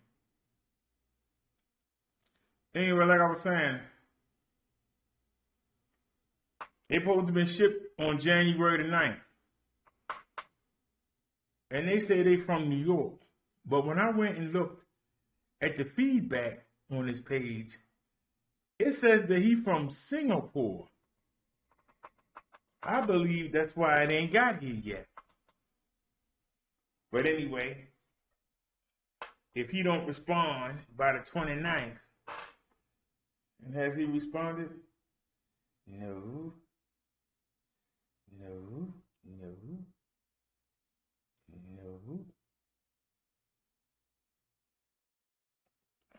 So I believe that guy is from Singapore and it's coming overseas. You know how when you get something from China and it takes forever to get here? I think this was taking the death so long. We don't have a tracking number. I find that strange. We don't have a tracking number and he won't give us one. And when I look on the when I go on the computer and look, I can't track it at all. But when I go on the phone, this is the crazy part. When I go on the phone,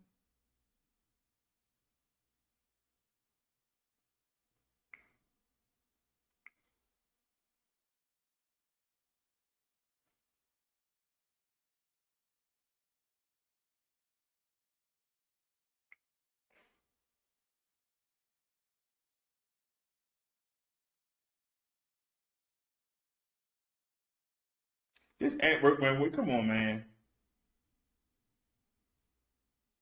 Pull it up. He don't even want to pull it up.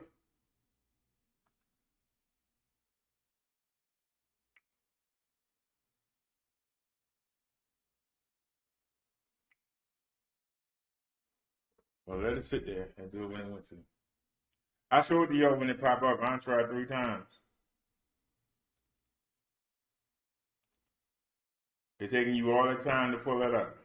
You won't believe it though, right? Taking you all the time to pull it up. Let me turn the Wi-Fi off. Now it says no network found. Something went wrong. Boy, you got a million excuses. Hit it again. Still doing it. Just spinning. Look at that. Still doing it. That don't make no sense.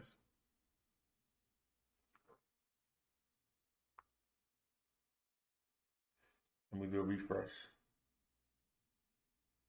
Try it again.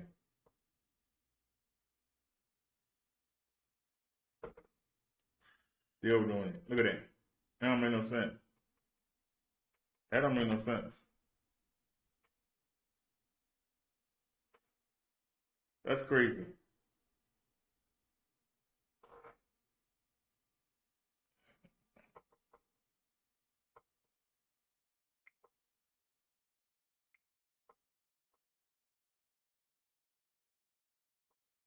Y'all can see right there, it says ship.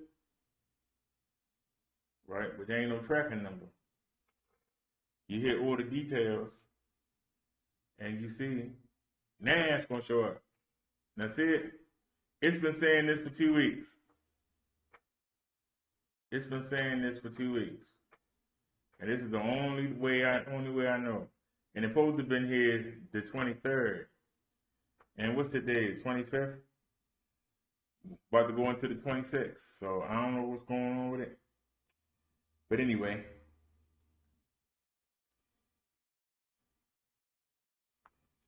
So I'm not going to know until it's delivered. Now on the 23rd, I sat out there in the scooter with the wagon trailer ready to throw it on the back of that. That lady came and said, I ain't got nothing for you. I said, oh, man. I was kind of upset about that, but, you know, what can you do? Ain't no need in getting mad about it. So, all right, y'all. I ain't grilled y'all enough. Let's go see what's going on with the news. We haven't followed the news in a couple of days. Anything going on?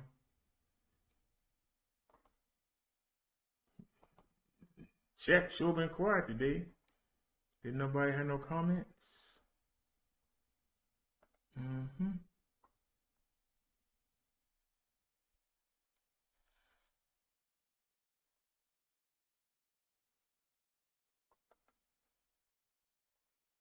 All right. We got to go to her hangout.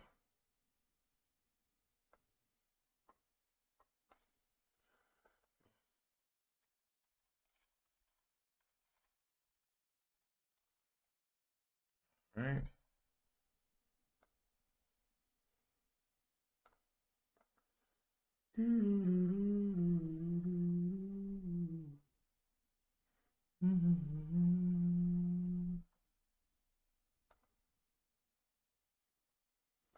Wait a minute. How far did you go back?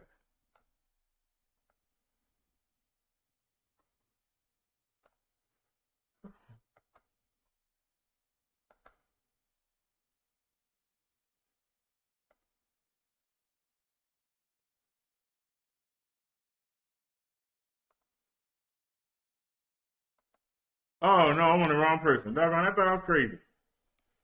I thought I was crazy. All right, here we go. Let me find the beginning. All righty, y'all. Let's get to it. Time for the news. We go now to the Brooklyn apartment building that is now a crime scene. Police investigating the death of a man found face down and tied up on his living room floor. News 4's Adam Harding covering this tonight. He's live near the scene in Crown Heights. What do we know, Adam? Well, David, police so far have not given any description of a suspect here. We've seen investigators go in and out of the apartment building behind us now for about the past 12 hours or so as they continue to look into this just grisly and gruesome crime. Neighbors tonight left shaken, wondering why anyone would target the man who lives here. Tonight, police remain outside this Brooklyn apartment complex, the scene of a grisly crime. Investigators say a man found dead, his arms tied up behind his back. It said somebody found his feet. That's all I heard. What was your reaction when you heard this news? Wow, bad feeling. Sources say the 46-year-old victim, who hasn't been publicly identified yet, had mental health challenges. He was found face down on the floor of his apartment by a home health aide. I like the guy. And it really got me a little bit disturbed because if I would have heard something like that, and, it's just sad. Prentice Holder lives across the hall. He was a good guy. He was a nice young man. He stayed to himself. He had a job. And he was very independent. And I don't know why this happened. I couldn't see nobody bothering him because he was to himself. He didn't bother nobody.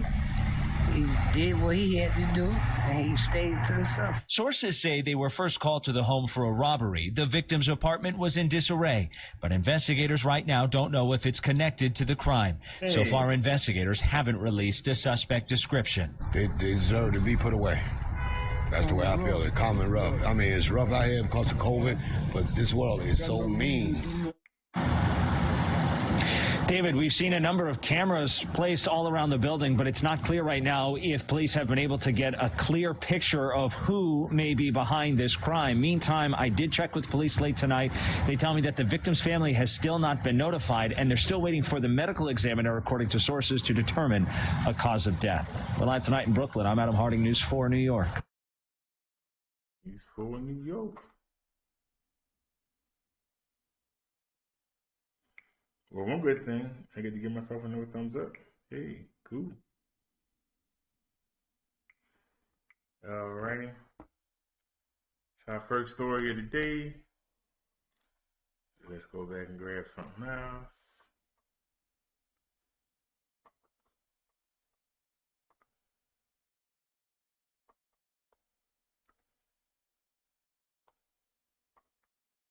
All right, this is from my city. Baltimore City police arrest a suspect for firing into a home in East Baltimore, hitting a man in the arm. 52-year-old Dwayne Elliott was taken into custody yesterday. Just after 3 a.m. Monday morning, police say he fired into a house in the 1500 block of East Chase Street. A 57-year-old man who was in that home suffered a graze wound to his left arm. Elliott is charged with attempted murder. Police did not release a motive for that shooting. Why would you shoot into somebody's home? You don't know who you're shooting at.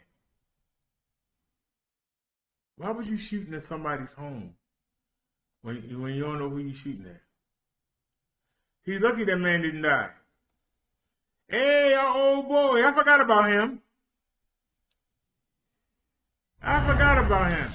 We are learning shocking new details about former President Trump's attempts to stay in the White House even after losing the election in November. Sources say Trump seriously considered naming a loyalist who believed his lies about election fraud as his acting attorney general. I remember this is one of the series of attempts the president made to overturn an election in his favor. CNN's Jessica Schneider explains exactly how this particular plot was discovered and thwarted.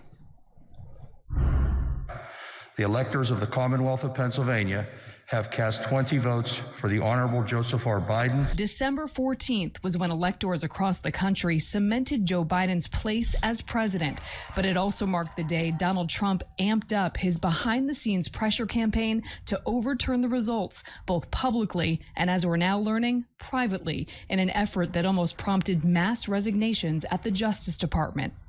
Hours after Trump announced Bill Barr's resignation, 2 weeks after Barr declared there was no evidence of widespread election fraud, the president summoned Acting Attorney General Jeffrey Rosen to the White House, according to the New York Times.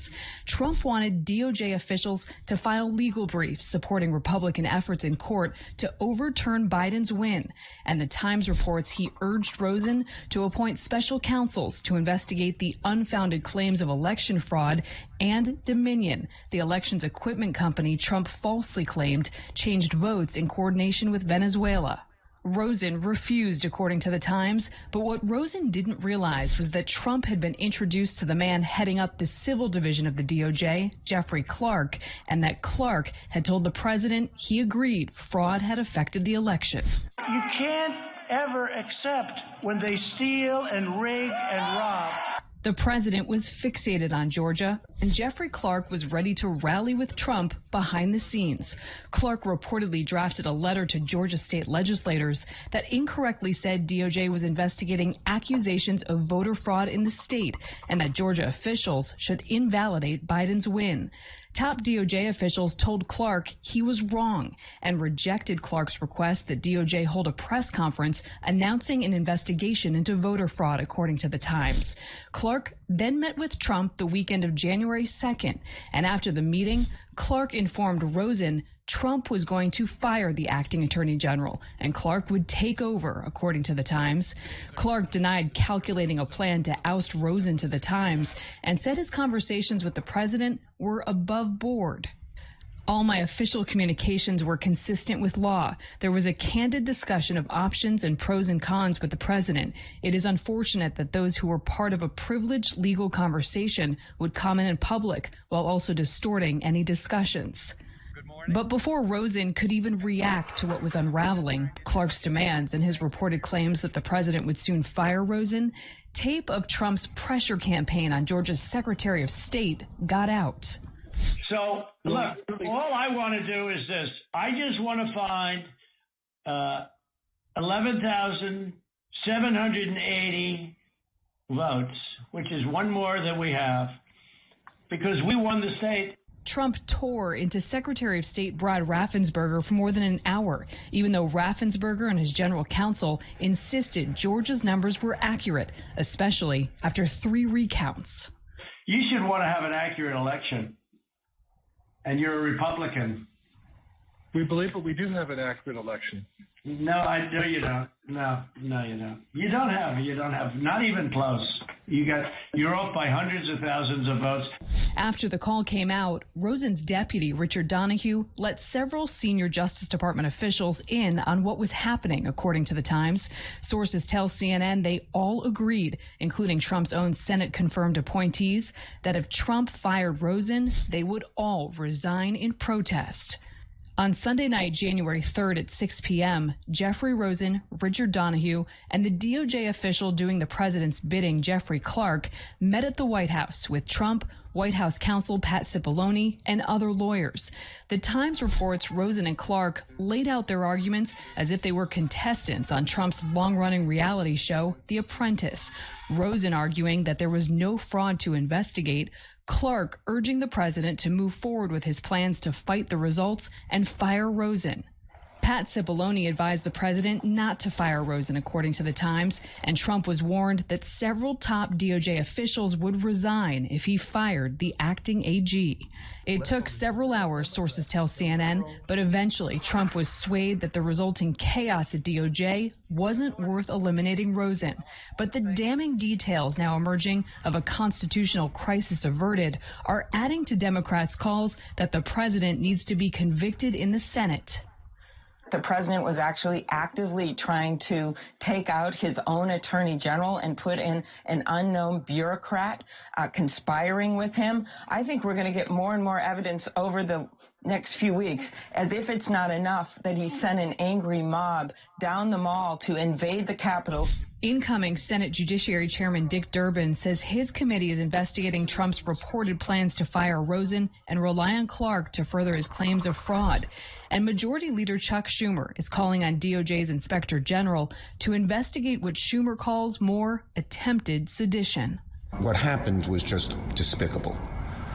For the president to try and get an attorney general who will just totally lie about the results of the election and cause chaos in America.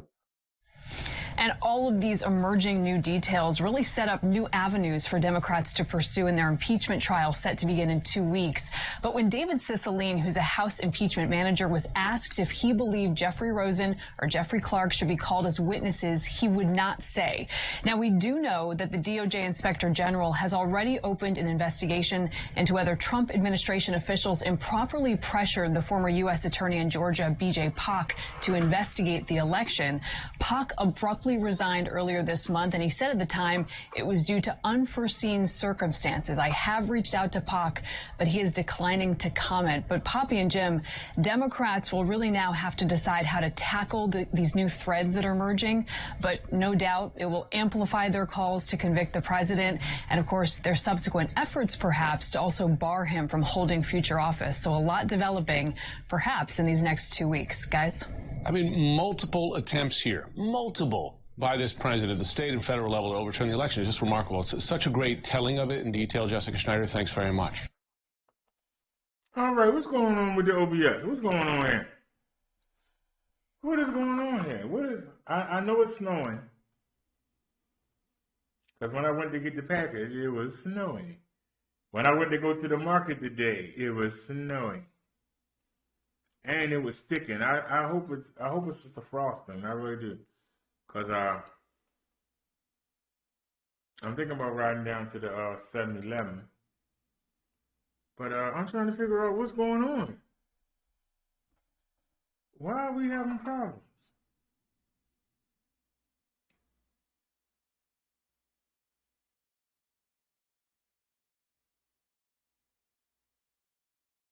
Now I raised the phone up.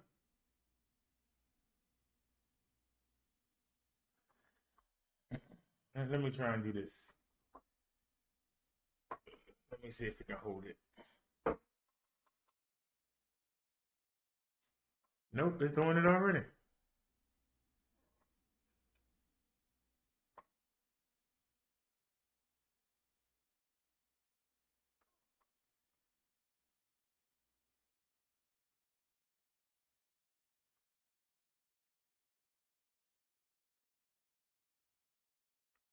But if I stick it down here,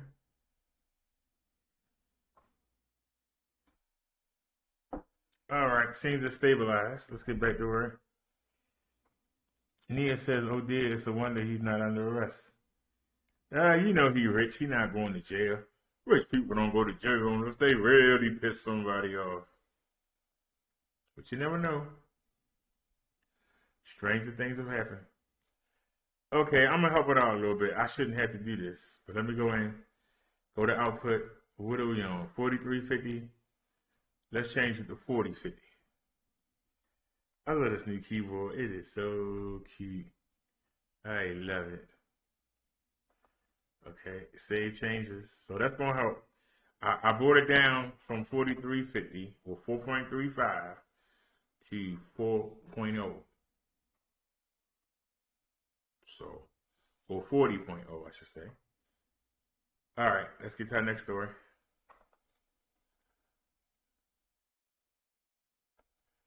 We're looking in there. All right, I never heard of this person, so let's see what's up. I never heard of this person before.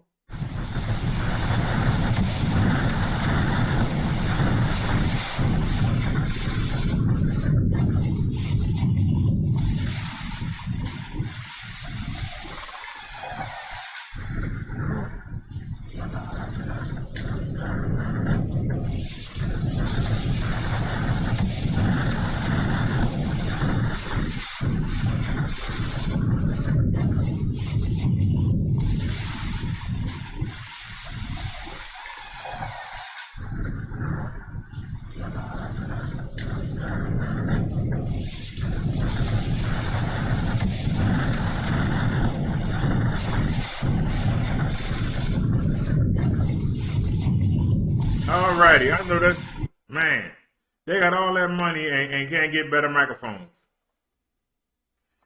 Okay, conservative radio talk show host Jenna Ryan in custody, facing federal charges after involvement in a U.S. Capitol riot.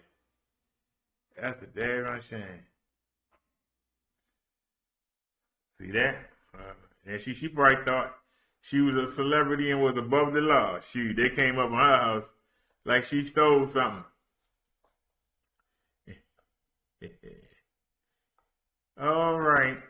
We haven't checked in with him in a while. How's he doing? How is he doing? Great balls of ice.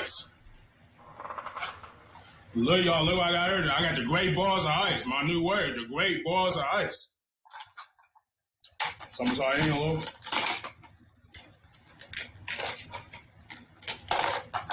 Try to get it out. See.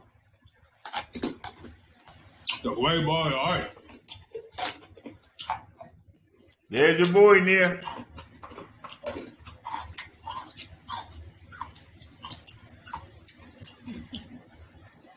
See, I mean, my great balls. Hey, we just lost 2 people.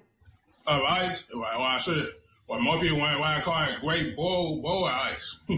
I mean, great bowl of ice. I can't remember my own word. It's great balls of ice. Great balls of ice. So y'all see my great balls of ice?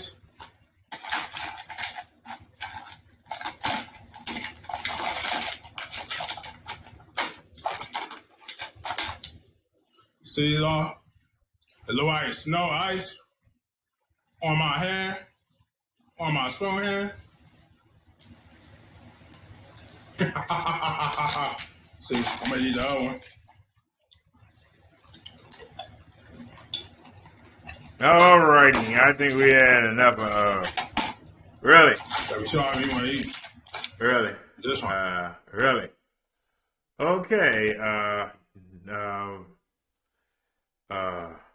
that was, what, Kevin Prince King?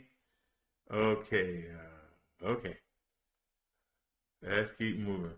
Now, he's showing the badge. I thought he was going to be a police officer or something. He pulled out a bag of ice. All right, y'all, we got an update.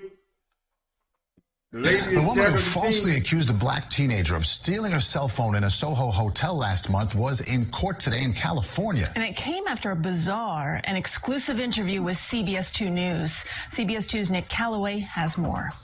There is apparently a warrant from the state of New York. 22-year-old Mia Ponsetto faced a judge via video conference agreeing to be extradited back to New York to face multiple charges, including attempted robbery and attempted assault. Take off, that's mine. Literally didn't get it back. Are you kidding me? She's accused of confronting and attacking 14-year-old Keon Harold Jr. and his father in the lobby of the Arlo Hotel in Soho last month. No, I'm not letting him walk away with my phone. The phone she had falsely accused the black teenager of stealing was later found in an Uber.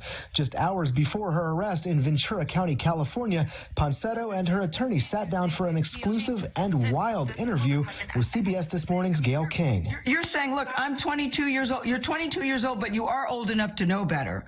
So I will say you're 22. I get it. Enough. The hotel did have my phone.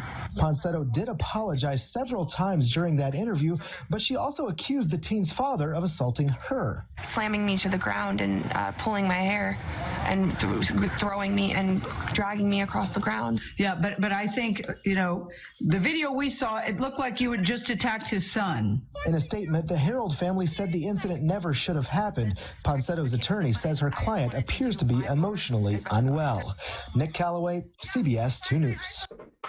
Okay, you know, I'm not going to comment on that because, you know, it's just, you know, another Karen acting a fool. But I got one question. Somebody came in this chat and said that she was Hispanic. I ain't never heard nobody Hispanic named Rosetta. And her mother don't look Hispanic. Somebody said she was Hispanic. I've never heard of nobody named Rosetta, and I'll leave that alone. I just wanted to bring that point up. But somebody tried to make it. Oh, he's not right. She could have got that boy killed. Time now for the index and the manhunt for two inmates who escaped from a prison outside of Phoenix.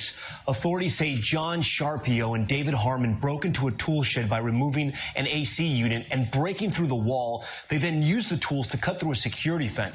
The two are serving lengthy prison sentences for child sex abuse and kidnapping. A $25,000 reward is being offered for information leading to the arrest of each inmate. And in LA, an incredible rescue that started with a terrifying accident. Take a look. The vehicle seen flying off an overpass in downtown Los Angeles, crashing into trees alongside the highway. Police attempting to save the driver trapped inside the burning wreckage. Firefighters eventually pulling him to safety. He was taken to the hospital in critical condition. Police believe speed was a factor.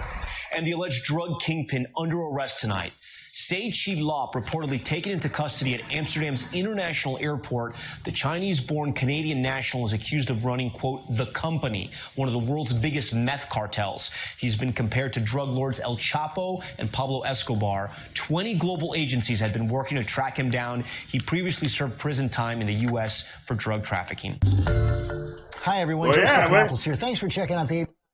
He's making all the money, wasn't he? Nia says first time she's heard that version of the fall by attacking. Yeah, of course. she made her own reality out.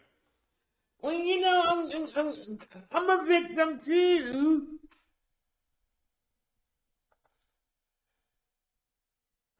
But seriously though, she could have got that boy killed.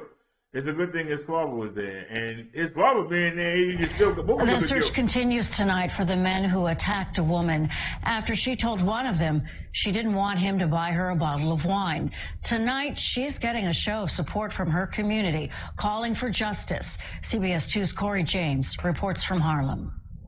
A large crowd of people stretched across 128th Street in Harlem Saturday night, many of them standing directly in front of this liquor store where a 31-year-old mother was brutally beaten Monday. The demonstration was the end of a rally that began 3 blocks away as women, men, and children stood on the corner speaking out against violence targeting the neighborhood. If we don't do it, who is? It's our responsibility, it's our duty to protect our women and children in our community. It could have been me, my daughters, my mother, any female. The community as a whole, we all need to stick together. Earlier this week, CBS 2's Lisa Rosner spoke with the woman assaulted. She says the man wearing a red parka in this surveillance video offered to pay for her wine, but she politely declined. After checking out and walking out the store, the woman says a group of men chased her across the street, then kicking her, one of them even biting her on the forehead. No matter how much I asked, you know, I'm trying to get to my daughter, please leave me alone. I said I'll call the cops. He didn't care about that. He had one thing on his mind, and that was to attack me. That's what he wanted to do. The victim's family members showed up to the rally in support of their cousin, who they say is still traumatized. People can't think that they can do what they want to do. No means no. Senseless, no reason. She didn't even know them. We need them caught. That's our main objective. And police are hoping this footage will help make that happen so that the woman who was attacked can have justice and her sense of security restored. I definitely want to see him locked up and put underneath the jail for what he did to me, because I didn't deserve this. And the woman assaulted says one of the men also took off with her phone after snatching it out of her hand. Police say they have no new leads in this investigation and are asking anyone with information to contact them. In Harlem, Corey James, CBS 2 News. Now it make no sense for that, but you know, she's never going to admit. She is never going to admit. You could see when she was walking out the door, she was saying something smart to them, man. That's still no reason to go attack her, though. And then you can hear, they put him under the jail for what he did to me. So you know she's running her mouth in the store. Instead of just, you know, declining and going out quietly, she had to go out and say something. And they followed her and they did what they did. You got to realize, you know, it's best to be nice, especially when you outnumbered, and go about your business and live another day, you know. Now, somebody from the hood probably watching this and saying, there he go again. Ain't nobody going to disrespect me and I ain't going to say nothing. If you know it's late at night and you know that it's 4 dudes together and you're a female, you should be gracious and try to make your exit as fast and quiet as possible so you can get home. Because that should be your goal. Your goal is to get home. Your goal is not to worry about how you look to other people who not going to help you when you start getting beat up. Because they're going to sit there and look or pull their phone out, world stuff. They're not going to help you. So why do you care what they think? I've never understood that. Why do people care what people who wouldn't lift a finger to help you, why do you care what they think? I've never understood that. I worry about what God and Jesus say. Everybody else is second. I ain't worrying about, hey, I'm sure that there's somebody who's saying, Brother Derrick got a new place and he trying to make him a little studio, but he ain't doing nothing. I could care less what they think. I'm trying to make things happen, and I appreciate the people that help make it happen, because there are a lot of people that have helped make all this happen, and we're still trying to improve on it. I want to get the light bulbs, and there's a couple more things that I want to get, but I'm not going to sit there and worry about what somebody might be thinking. I can't worry about it, I'm a little irritated that the phone's acting up, but it's not the phone, it's snowing. And when you use a cellular network, you at the mercy of the weather. But we shouldn't be having, we doing a negative 83, negative 79 right now. At the other place, when the antennas were really close together, we were getting a negative 93. The lower you go, the better the signal. And right now, we're doing a negative 81. So I see the difference. It should be better, to be honest with you. But I got the antenna is up in that window in the bedroom. And it's facing up. It's supposed to face a direction, but it's facing upward. So, but anyway, let's get our next story. Why do people worry about what somebody else say? I don't understand it. It's a sign of weakness. In my opinion, it's a sign of weakness. Naya said someone is going to town on the dislikes tonight. We got a lot of dislikes. I probably hurt a lot of people's feelings tonight, Nia. I told the truth. And people don't want to hear the truth. That's the last thing they want to hear, the truth. They want you to lie to them. That's why they like to go to them ministers. They lie to them. I care too much about you to lie to you. I want to see development here locally that you saw first on click2houston.com today. 6 more Houston police officers are now charged in the deadly Harding Street raid, which happened nearly 2 years ago. The 2 homeowners, Dennis Tuttle and Regina Nicholas, and their dog were shot and killed. These new charges come almost 2 years to the day since that botched raid. And those new charges include a murder charge. Channel 2 investigator Mario Diaz is live downtown tonight, where the DA gave details about the officers. Mario? Hey, Chris, let's focus on Felipe Gallegos because he is the officer who has been charged with murder. According to the Office of his Attorneys, he is still a member of HPD. And according to the DA, he is also the man that they say pulled the trigger that shot and killed Dennis Tuttle. The consequences of corruption are that 2 innocent, ordinary people were killed in their homes. 4 police officers were shot, 1 of them paralyzed, and now all of them will face Harris County jurors who will decide their fate. Nearly 2 years to the day of the deadly botched raid on Harding Street. More serious indictments tied to the shooting deaths of Dennis Tuttle and Regina Nicholas, as well as an overtime scam revealed involving HPD narcotics officers. These are charges that were the result of a grand jury's decision. HPD officers indicted include Felipe Gallegos, Oscar Pardo, Sadell Lovings, Nadim Ashraf, Clemente Reyna, and Thomas Wood. Gallegos indicted for murder. They believed he committed an intentional homicide against Dennis Tuttle. Following the indictments, HPD Chief Art Acevedo said he looks forward to a trial, also adding, "I am disheartened this process has taken 2 years, and that the officer who was willing to testify was not afforded the opportunity to do so by the grand jury." Houston Mayor Sylvester Turner had very little comment, only the following sentence in response to the indictments: "The legal process will run its course." Again, a number of developments here today at the District Attorney's Office. Lisa Andrews, an attorney for Clemente Reyna, who was charged here today, tells me that her client looks forward to his day in court where OGG's corrupt political prosecution will be exposed. We'll have much more on this on click2houston.com. Live in downtown Houston, Mario Diaz, KPRC, Channel 2 News. Said, keep your feet, Channel 2 News. Channel 2 News.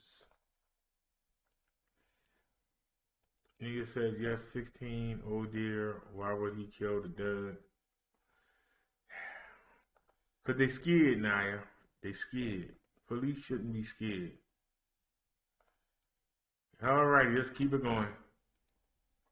It is Sunday night. I'm Sarah Bloomquist along with Walter Perez, and the big story on Action News tonight is breaking news. A family in Chester County found dead, and police say it appears to be a case of murder-suicide. That's right. West Whiteland Township Police have not released much information, only referring to this case as an isolated incident. Action News reporter Trish Hartman joins us live from the West Whiteland Police Station with developing details. Trish. Walter, detectives say relatives of this family notified them after they couldn't get a hold of the family for several days. And when police went to the home this afternoon, they discovered that family of 4 deceased inside. This happened in the 100 block of Mountain View Drive in West Whiteland Township. Police were called around 12:30 this afternoon. Neighbors say police were on scene for several hours investigating. Police say the initial investigation indicates that this was a murder-suicide. The manner of death has not been released. Autopsies are expected to be performed on all 4 victims. Police say next of kin is still being notified, so they are releasing limited information at this point. They do say that there is no threat to the public. Now, the investigation is ongoing. Anyone with any information is asked to contact the West Whiteland Township Police or the Chester County District Attorney's Office. Reporting live in West Whiteland Township, Trish Hartman, Channel 6, Action News. All righty. Snazzy sent us some, y'all know I always tell y'all, you can't go to Walmart. Well, look what happened at Walmart today, y'all. Where you at, Snazzy? Where's Snazzy hanging out at? There she is. This is daggone shame.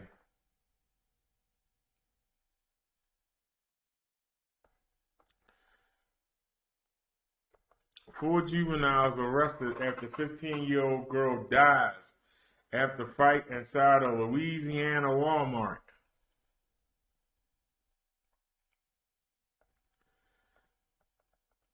Lake Charles, Louisiana. Four juveniles have been arrested on charges that include second-degree murder and principal to second-degree murder after a 15-year-old girl died following a fight that led to a stabbing inside a Lake Charles Walmart. The four suspects, girls ages 12, 13, and 14, were booked in the Juvenile Detention Center, according to the Cartier Parish Sheriff's Office. One was charged with second-degree murder, and three were charged with principal to second-degree murder. The unidentified victim died of her injuries after being transported to a local hospital, detectives said. Late Sunday, Cartier Parish Sheriff Tony Mancuso held a press conference briefing about the Saturday night homicide. And I believe Snazzy gave us that. I hope it's a video.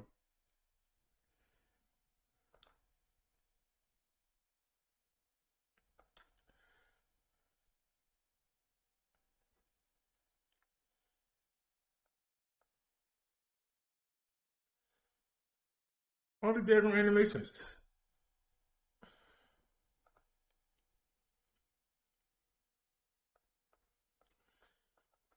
After a 15-year-old girl was stabbed to death in a Walmart in Louisiana Saturday night, the local sheriff issued a heartfelt plea for parents to help stop the frightening rise in youth violence.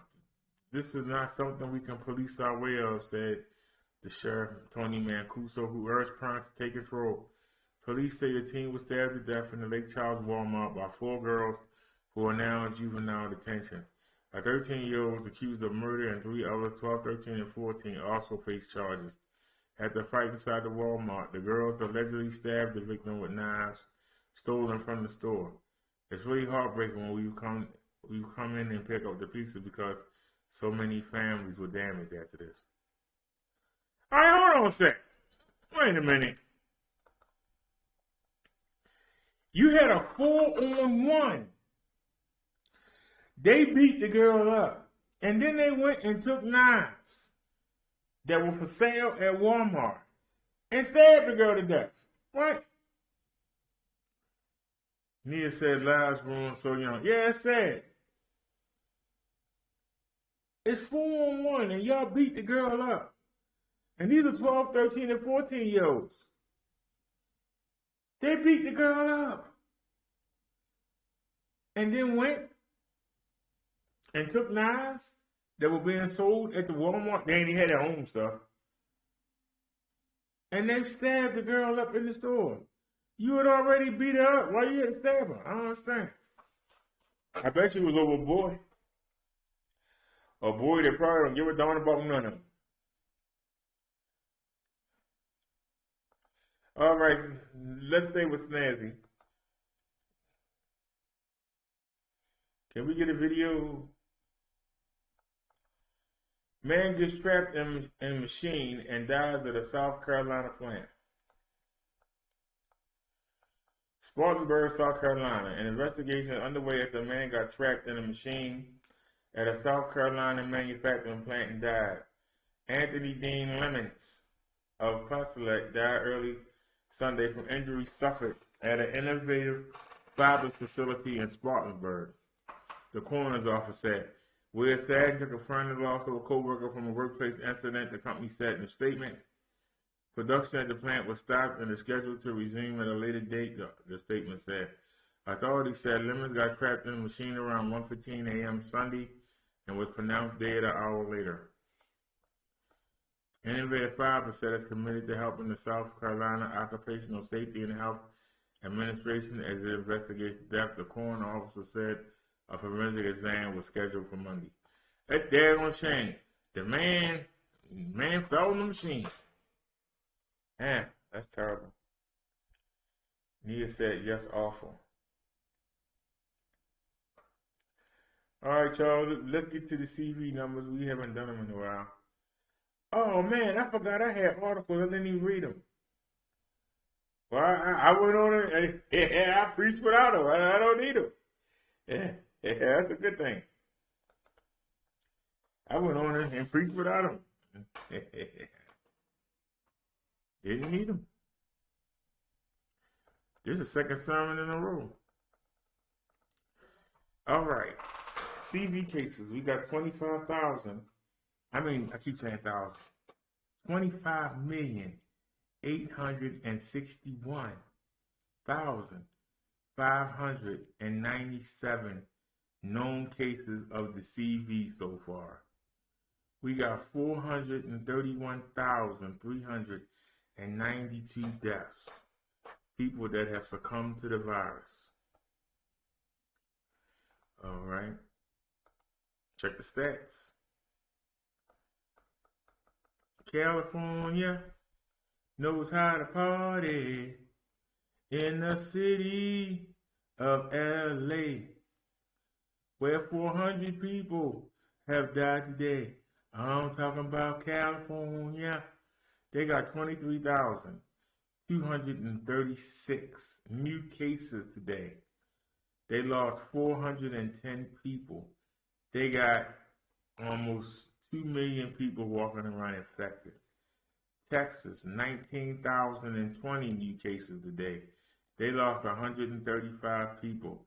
They got 380,000 infected. Florida, 8,720. They lost 153 people today. They got 793,500 infected. New York, they got 13,013 new cases. They lost 217 people. They got 815,500 infected. Illinois, 2,944 new cases. They lost 64 people. They got 191,273 people infected. Georgia on my mind. I caught the midnight train to Georgia. 3,917 new cases a day. They lost 53 people. They got 475,000 infected. Ohio, 4,334 new cases. They lost 53 people. They got 121,000 infected. Pennsylvania, they got 4,714 new cases. They lost 56 people. They almost got 155,000 infected. Arizona, 5,321 new cases. And they only lost one. They got 617,000 infected. Ain't nothing finer than the mountainsides of North Carolina. They got 4,633 new cases. They lost 25 people today. They got 79,000 people infected. Tennessee,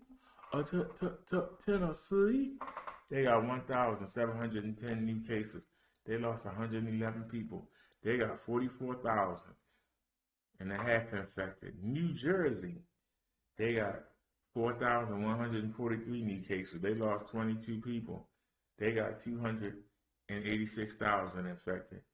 Indiana, ooh-wee, somebody better find my hookah. 2,189 new cases in Indiana today. They lost 12 people. They got 209,500 infected. Michigan, what up, though? They got 1,842 new cases. They lost 38 people. They got almost 122,000 infected. Wisconsin, 946 new cases today. They lost 8 people. They got 22,000 people infected. Massachusetts, they got 3,651 new cases. They lost 45 people today. They got 92,000 infected. 22. I don't understand what's going on with the cell tower today. That was that, y'all. Virginia, 6,172 new cases. And they only lost 3. They got 435,500 infected. Minnesota, They picked up 794 new cases of the CV. They only lost 3. They got 10,334 people infected. Alabama. Can I say it again? I said Alabama. They got 1,839 new cases today. They only lost 2. They got 203,000 infected with the CV. Ain't nothing finer than the beach coast of South Carolina. They got 3,092 new cases today. They lost 5 people. They got 227,500 infected. Colorado, 1,177 new cases. They lost 7 people. They got 285,500 infected. Louisiana, they got 2,080 new cases. They lost 25 people. They got 57,000 infected. Oklahoma, I wanna go back home. Oklahoma, where the animals roam. Oklahoma, okay. They got 1,753 new cases. They lost 14 people. They got 32,500 infected. Oh, shucky ducky. It's time to go to Kentucky. They got 1,250 new cases today. They lost 39 people. They got 302,500 infected. Ain't nobody caroling in my state of Maryland. We got 1,686 new cases. We lost 35 people today. Thank God I ain't one of them. We got almost 327,000 people infected in our little state. Quick draw McGraw. It's time to go to Utah. 859 new cases. And they only lost 2. They got almost 50,000 people walking around infected. Iowa. Iowa.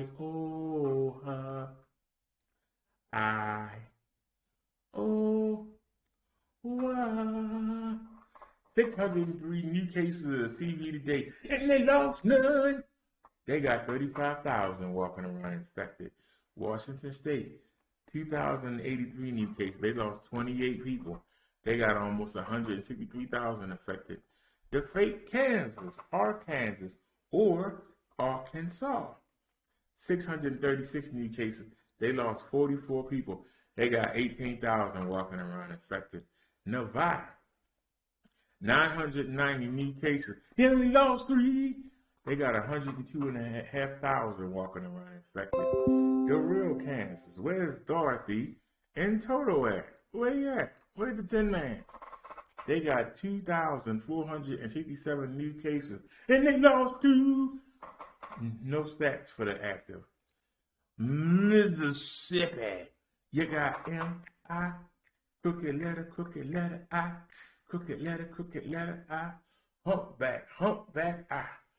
They picked up 927 new cases today, and they only lost 5. They got 36,500 infected. Connecticut, or Connecticut, however you pronounce it, they picked up 5,817 new cases. They lost 92 people. They got 176,000 infected. Wait a minute. Nebraska, no stats. New Mexico. I said New Mexico. 491 new cases. They lost 12 people. They got 70,500 infected. Idaho, Idaho, Idaho, Idaho, Idaho. 527 new cases. They lost 12 people. They got 81,000 people infected with the CV. Oregon, 419 new cases. They only lost 2. No stats. They haven't had stats in 4 months now. West Virginia, 530 new cases. They only lost 4. They got 24,000 infected. Time to roll that R. I said Rhode Island. Let me try that again. I said Rhode Island. 301 new cases. They lost 9 people. They got 103,000 people walking around. South Dakota. 32 new cases. And they lost none. They got 3,600 people walking around infected. Mount will say 3,700. North Dakota. 57 new cases a day. And they lost none. They got 1,082 infected. Somebody call Tito Santana. Somebody give me a banana. Cause we going to the reggae state of Montana. 164 new cases in Montana. And they lost none. They got 4,400 infected. Delaware. I said Delaware. 616 new cases. They lost 8 people, no stats. New Hampshire. 431 new cases of the CV. And they lost 3. They got 5,600 infected. Alaska. They picked up 83 cases a day. And they lost none. No stats. Wyoming. Wyoming. Wyoming. 164 new cases. And they lost none. They got 1,500 people walking around infected. It's a pain to live in Maine. It's the same, it's also mundane. It's so boring, it's bound to leave you snoring.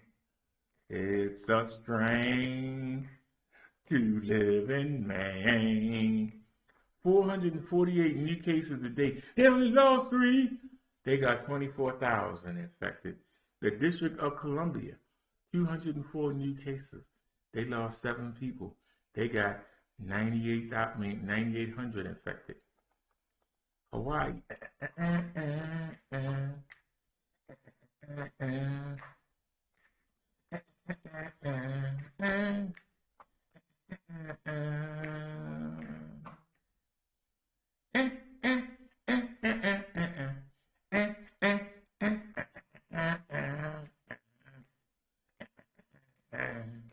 Hawaii 5-0. 121 new cases of the CV. And they lost none. They got almost 12,000 people walking around infected. Not hard country, Vermont. Dun, dun, dun, dun, dun, dun, dun. Dun, dun, dun, dun, dun, dun, dun. Dun, dun, dun, dun, dun, dun, dun. Vermont, 132 new cases. And they lost 1. They got 3,500 people walking around infected. Time to roll that R again. Puerto Rico. Let me try that again. I said Puerto Rico. They got 1,113 new cases. They only lost 5. They got 82,410 people infected walking around. The island of Guam. They picked up 7 cases today. They only lost 1. They got 106 people infected. No stats for the Virgin Islands, the Northern Mariana Islands. They picked up 3 cases today, and they lost none. No stats. American Samoa, no stats. The U.S. military, 4,913 new cases of the coronavirus. They only lost 5. They got 77,500 infected. Veteran Affairs, 1,058 new cases. They lost 98 veterans today. They got 14,500 infected. The federal prisons, 349 new cases. They only lost 2. They got 5,200 prisoners infected. The Navajo Nation. I said the Navajo. They got 89 new cases on the reservation today. They only lost 4. They got 12,444. Let's do our totals. You got 152,200. I'm sorry. Total cases so far, the CV that we know of, 25,861,597. New cases today, 152,244. Total deaths so far, 431,392. New deaths today, 1,897. Active cases. How many people are infected with the coronavirus in the United States today? 9,812,845. We got almost 10 million people infected in the country. Man, them numbers gonna go back up though because we coming off the weekend. But